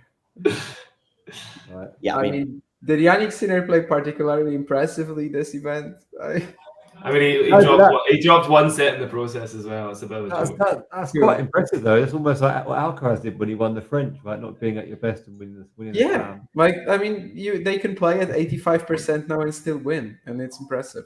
But no one really came in and pressured him. Like Medvedev for a while, maybe. I think, to be fair, there was never really any super kind matchups. You know, I don't think there was anybody that could. Medvedev maybe on his best day, but even then, it's like Sinner's kind of starting to get the better of him, and maybe Medvedev does come up with a game plan, but I still don't think it was an effective one to consistently beat Sinner. So I just don't think there was anybody who could have really bothered him. You should probably watch some footage from the 2000s, Ghosty. All right, peace out, guys. I'm going to head off. All right, Jamie. Thanks very much. Speak to you soon. Hi, Jamie. Thanks, Jamie. Bye. See you later on. We needed a Cressy Sinner shake-up. That's what we needed. That's the guy that could have beat him. I said it about a week ago that we needed Jannik to go out for the tournament to really take off, because it was at a point where we obviously had the dramatic 24 hours losing Alcaraz and Djokovic, and it did sort of take off for that little mini period. But you need one more of the big three to fall for it to really then go, okay, this could be, you could have Popper lifting the title in a week from now, Tiafoe, Fritz or someone else, Casper Ruud, even, you know, a week ago last Sunday, he was still in the tournament.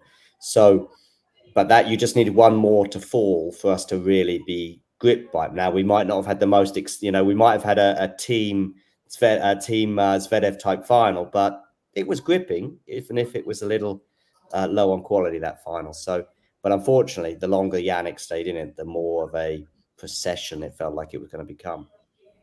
Yeah. I think I remember you mentioning that before Carlos and Novak went out actually as well. You were like, you know, what happens if these guys go out? The narrative kind of fizzles away a little bit. Even talking about one of them, I think you said if, you know, even one of them went out, you kind of just lose that allure a little bit, because the stories just, this is my feeling as well. The stories just don't really develop. As you say, it was Sinner's to lose, and nothing really happened after that. There was no, you know, nothing exceptionally exciting. You know, maybe, I guess you could argue Fritz's run is exciting for some folk, but that was just a case of, you know, who's going to be the lamb to the slaughter, basically. Agassi looked very glum there. Looks like he's just watched that tennis match, actually. We had a bit of drama, of course, for those of you just joining us or didn't catch it, but we had a bit of drama in the third set when Taylor got a break and ended up serving for that third set. I then thought that is generous. That is generous, calling it a bit of drama. Yes, quite possibly. Yeah, I mean 3-5, but you know, he's serving for it. He's more likely to serve it out than not serve it out. And then we go into a fourth, and although I still think Jannik would have prevailed, we would have at least been talking about a 4-set match rather than a straight set.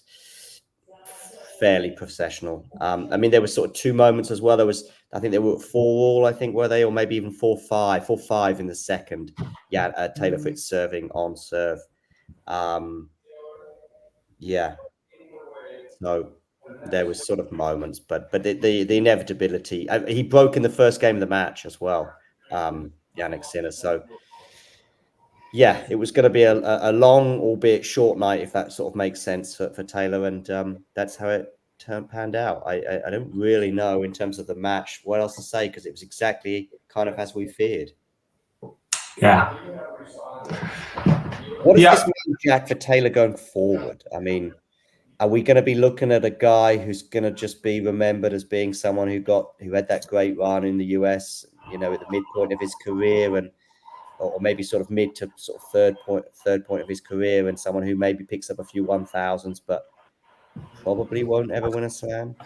I mean, he did actually beat good players. I would say Ruud, Zverev, Tiafoe, all great wins. But yeah, pretty much what you said there. I would say he's not going to be the guy competing for slams consistently. He just doesn't. There's parts of his game that he could improve.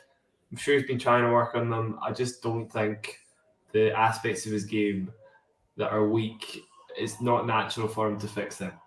Where there's other players who just it comes to them a bit more naturally. I just don't think he's going to be the guy that he's just got too many holes in his game. That's it. So it's just not going to happen again. I don't think.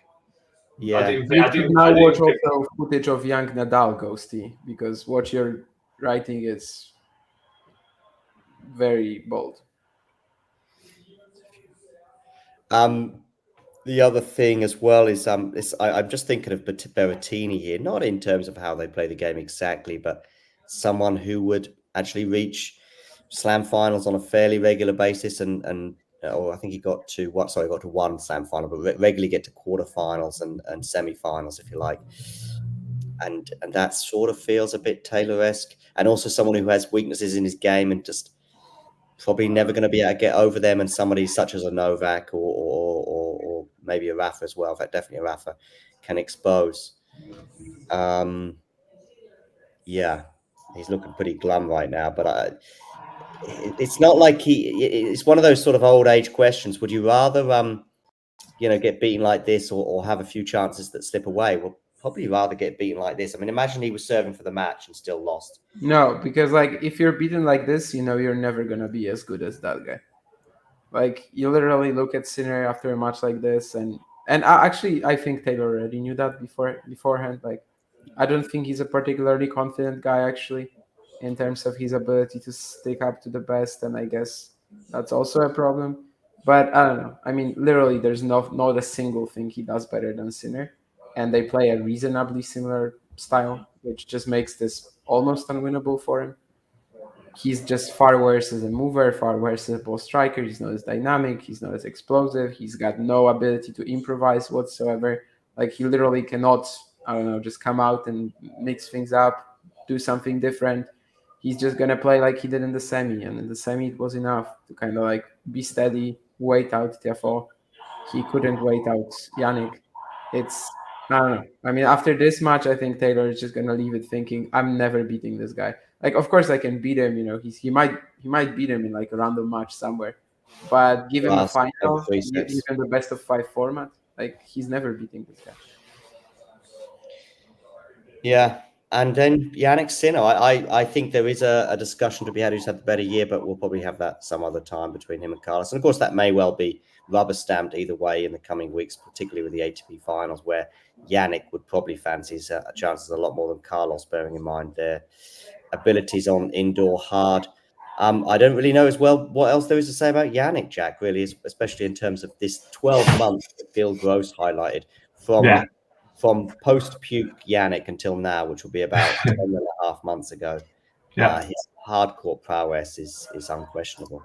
It's been absolutely unreal. Is that Gil Gross saying that he's had 55 wins and 5 losses on hard courts in the last year? Yeah, in the last 52 weeks. He's probably looking at, so that would probably not include the US Open, of course, of last year when he lost to Zverev, but pretty much from that day onwards. 55 and 5. And I'm just thinking about, can we wonder if we can name those 5 losses on a hard court? Well, Carlos Alcaraz, Indian Wells. Yeah. He lost to, who did he lose to recently in Canada? Rublev, in Canada, The other 3. Novak as well. Novak. You lost to Novak at the Tour finals. Of course, Novak Tour finals, yeah. And he's lost just 2 hardcourt matches this year, if that's what you're looking for. And then, no, we're looking for 5. Carlos in Indian Wells. So then the other, we're still missing some from last year, are we then? Yeah. There are just 2 this year. The other 2 were from last year then. Because didn't he clean up pretty much in? He lost to Djokovic at the ATP finals. He lost to. Yeah, we got that one. Did he lose in Shanghai? Shanghai to Shelton. Shanghai Shelton. That's one we're missing. I don't know what the time frame was for Gil. I mean, he lost to Lajovic in Cincinnati. He lost to Zverev at the U.S. Open. No, after that. I 52 don't weeks. know. There was one other one, was there not? I don't think so then, because he won Beijing. He lost to Shelton in Shanghai. He withdrew in Paris, and then at the ATP finals, he only lost to Novak. So And is he Vienna, of course, as well. He won. So. Yeah. I can. Maybe he's including the Zverev loss I mean, then. he must have included the Zverev loss. Honestly, I don't really see how. I mean, in Paris, Bercy, he did not lose Nurlan. He withdrew because of the stupid scheduling. Yeah. So It's been unreal this year, obviously. Though I think even just looking at this year rather than the 52-week stretch. I think this year is much better. Yeah, Yeah. just look at that. Yeah. Literally just 2 losses. Yeah, but I understand why we look at the line in the sand as being 52 weeks, because there was a dramatic upturn in what he was doing against Medvedev and Djokovic, those two players. Yeah. One that Yeah. basically just Yeah. changed the narrative entirely, and the other one was like, oh, on his best day, him and Novak, it's 50-50, which in history only 3, 4, 5 players probably been able to say. Yeah. I mean, the end of last year obviously was unreal. Just absolutely took off. But I would say, yeah, it's been better this year. It's just been like More consistent. Just like exactly. He looks unflappable. Just looks like he comes onto court and he's so assured of what he needs to do, and he can just execute every shot he needs to play. It's unreal. Crazy. I don't think Draper not winning Wimbledon in his career will be related to pressure. Yeah, we'll have to wait to see how it pans out. But we're sort of predicting the future, and who knows? I mean, he might have a day when he chokes there, and wouldn't surprise me. Yeah, but if he doesn't win Wimbledon, it's not going to be due to pressure. It's going to be because the other players are a bit better, is what I'm trying to say. Okay, well, as I say, there's probably not much more else to say about the match. Thanks for joining us. Jack there at the end, Damien intermittently throughout, everyone else in the live chat as well. Make sure you give these guys a follow on the socials at Damien Kust, at @ontheline_Jack. And I'm sure we'll be catching up again soon throughout the Davis Cup and Asian swing, and then the indoor European part of the season. I always feel a little bit post US Open because it's a long time until Australia, and I love the 3 slams coming in fairly quick succession. Of course, this year we had the Olympics as well. I also find the Asian swing a little bit more difficult to watch, bearing in mind it starts at like 3 in the morning and finishes at 11 or something like that. Main tour events don't really start at 3 a.m. I mean, I'm often watching a final at like 11 a.m., aren't I, in Europe? Yeah, a little even like maybe further up in the day. But the main tour events don't really begin like this. The challengers in China, they start at like 4 a.m. But the main tour events, they move it up a little bit. Of course, in the States, it's really tough to watch them. But in Europe, I think, well, it's perfectly fine. Okay, well, we'll have that debate some other day as well. Just that sometimes if you're working, it's a little trickier to give out. As I see Andre Agassi. I mean, if you're a tennis fan, you cannot be working, basically. Being a tennis fan is a full-time job. Jannik Sinner there just checking the front of the trophy. I don't know if it was to check something in particular, but anyway, he lifts the trophy aloft. Andre Agassi handing it over, of course, a former US Open champion himself and also a former number 1. And Jannik Sinner's weeks at number 1 he may well be ahead of. How many weeks has Carlos had at number 1 in his career? And Jannik, I reckon they're probably quite close, but I wouldn't be surprised if Jannik, despite having a less glittering a career until now, might have, because Carlos at number 1 doesn't feel like it was very long. He got a year-end number 1, didn't he? I think 2 years ago, 2022.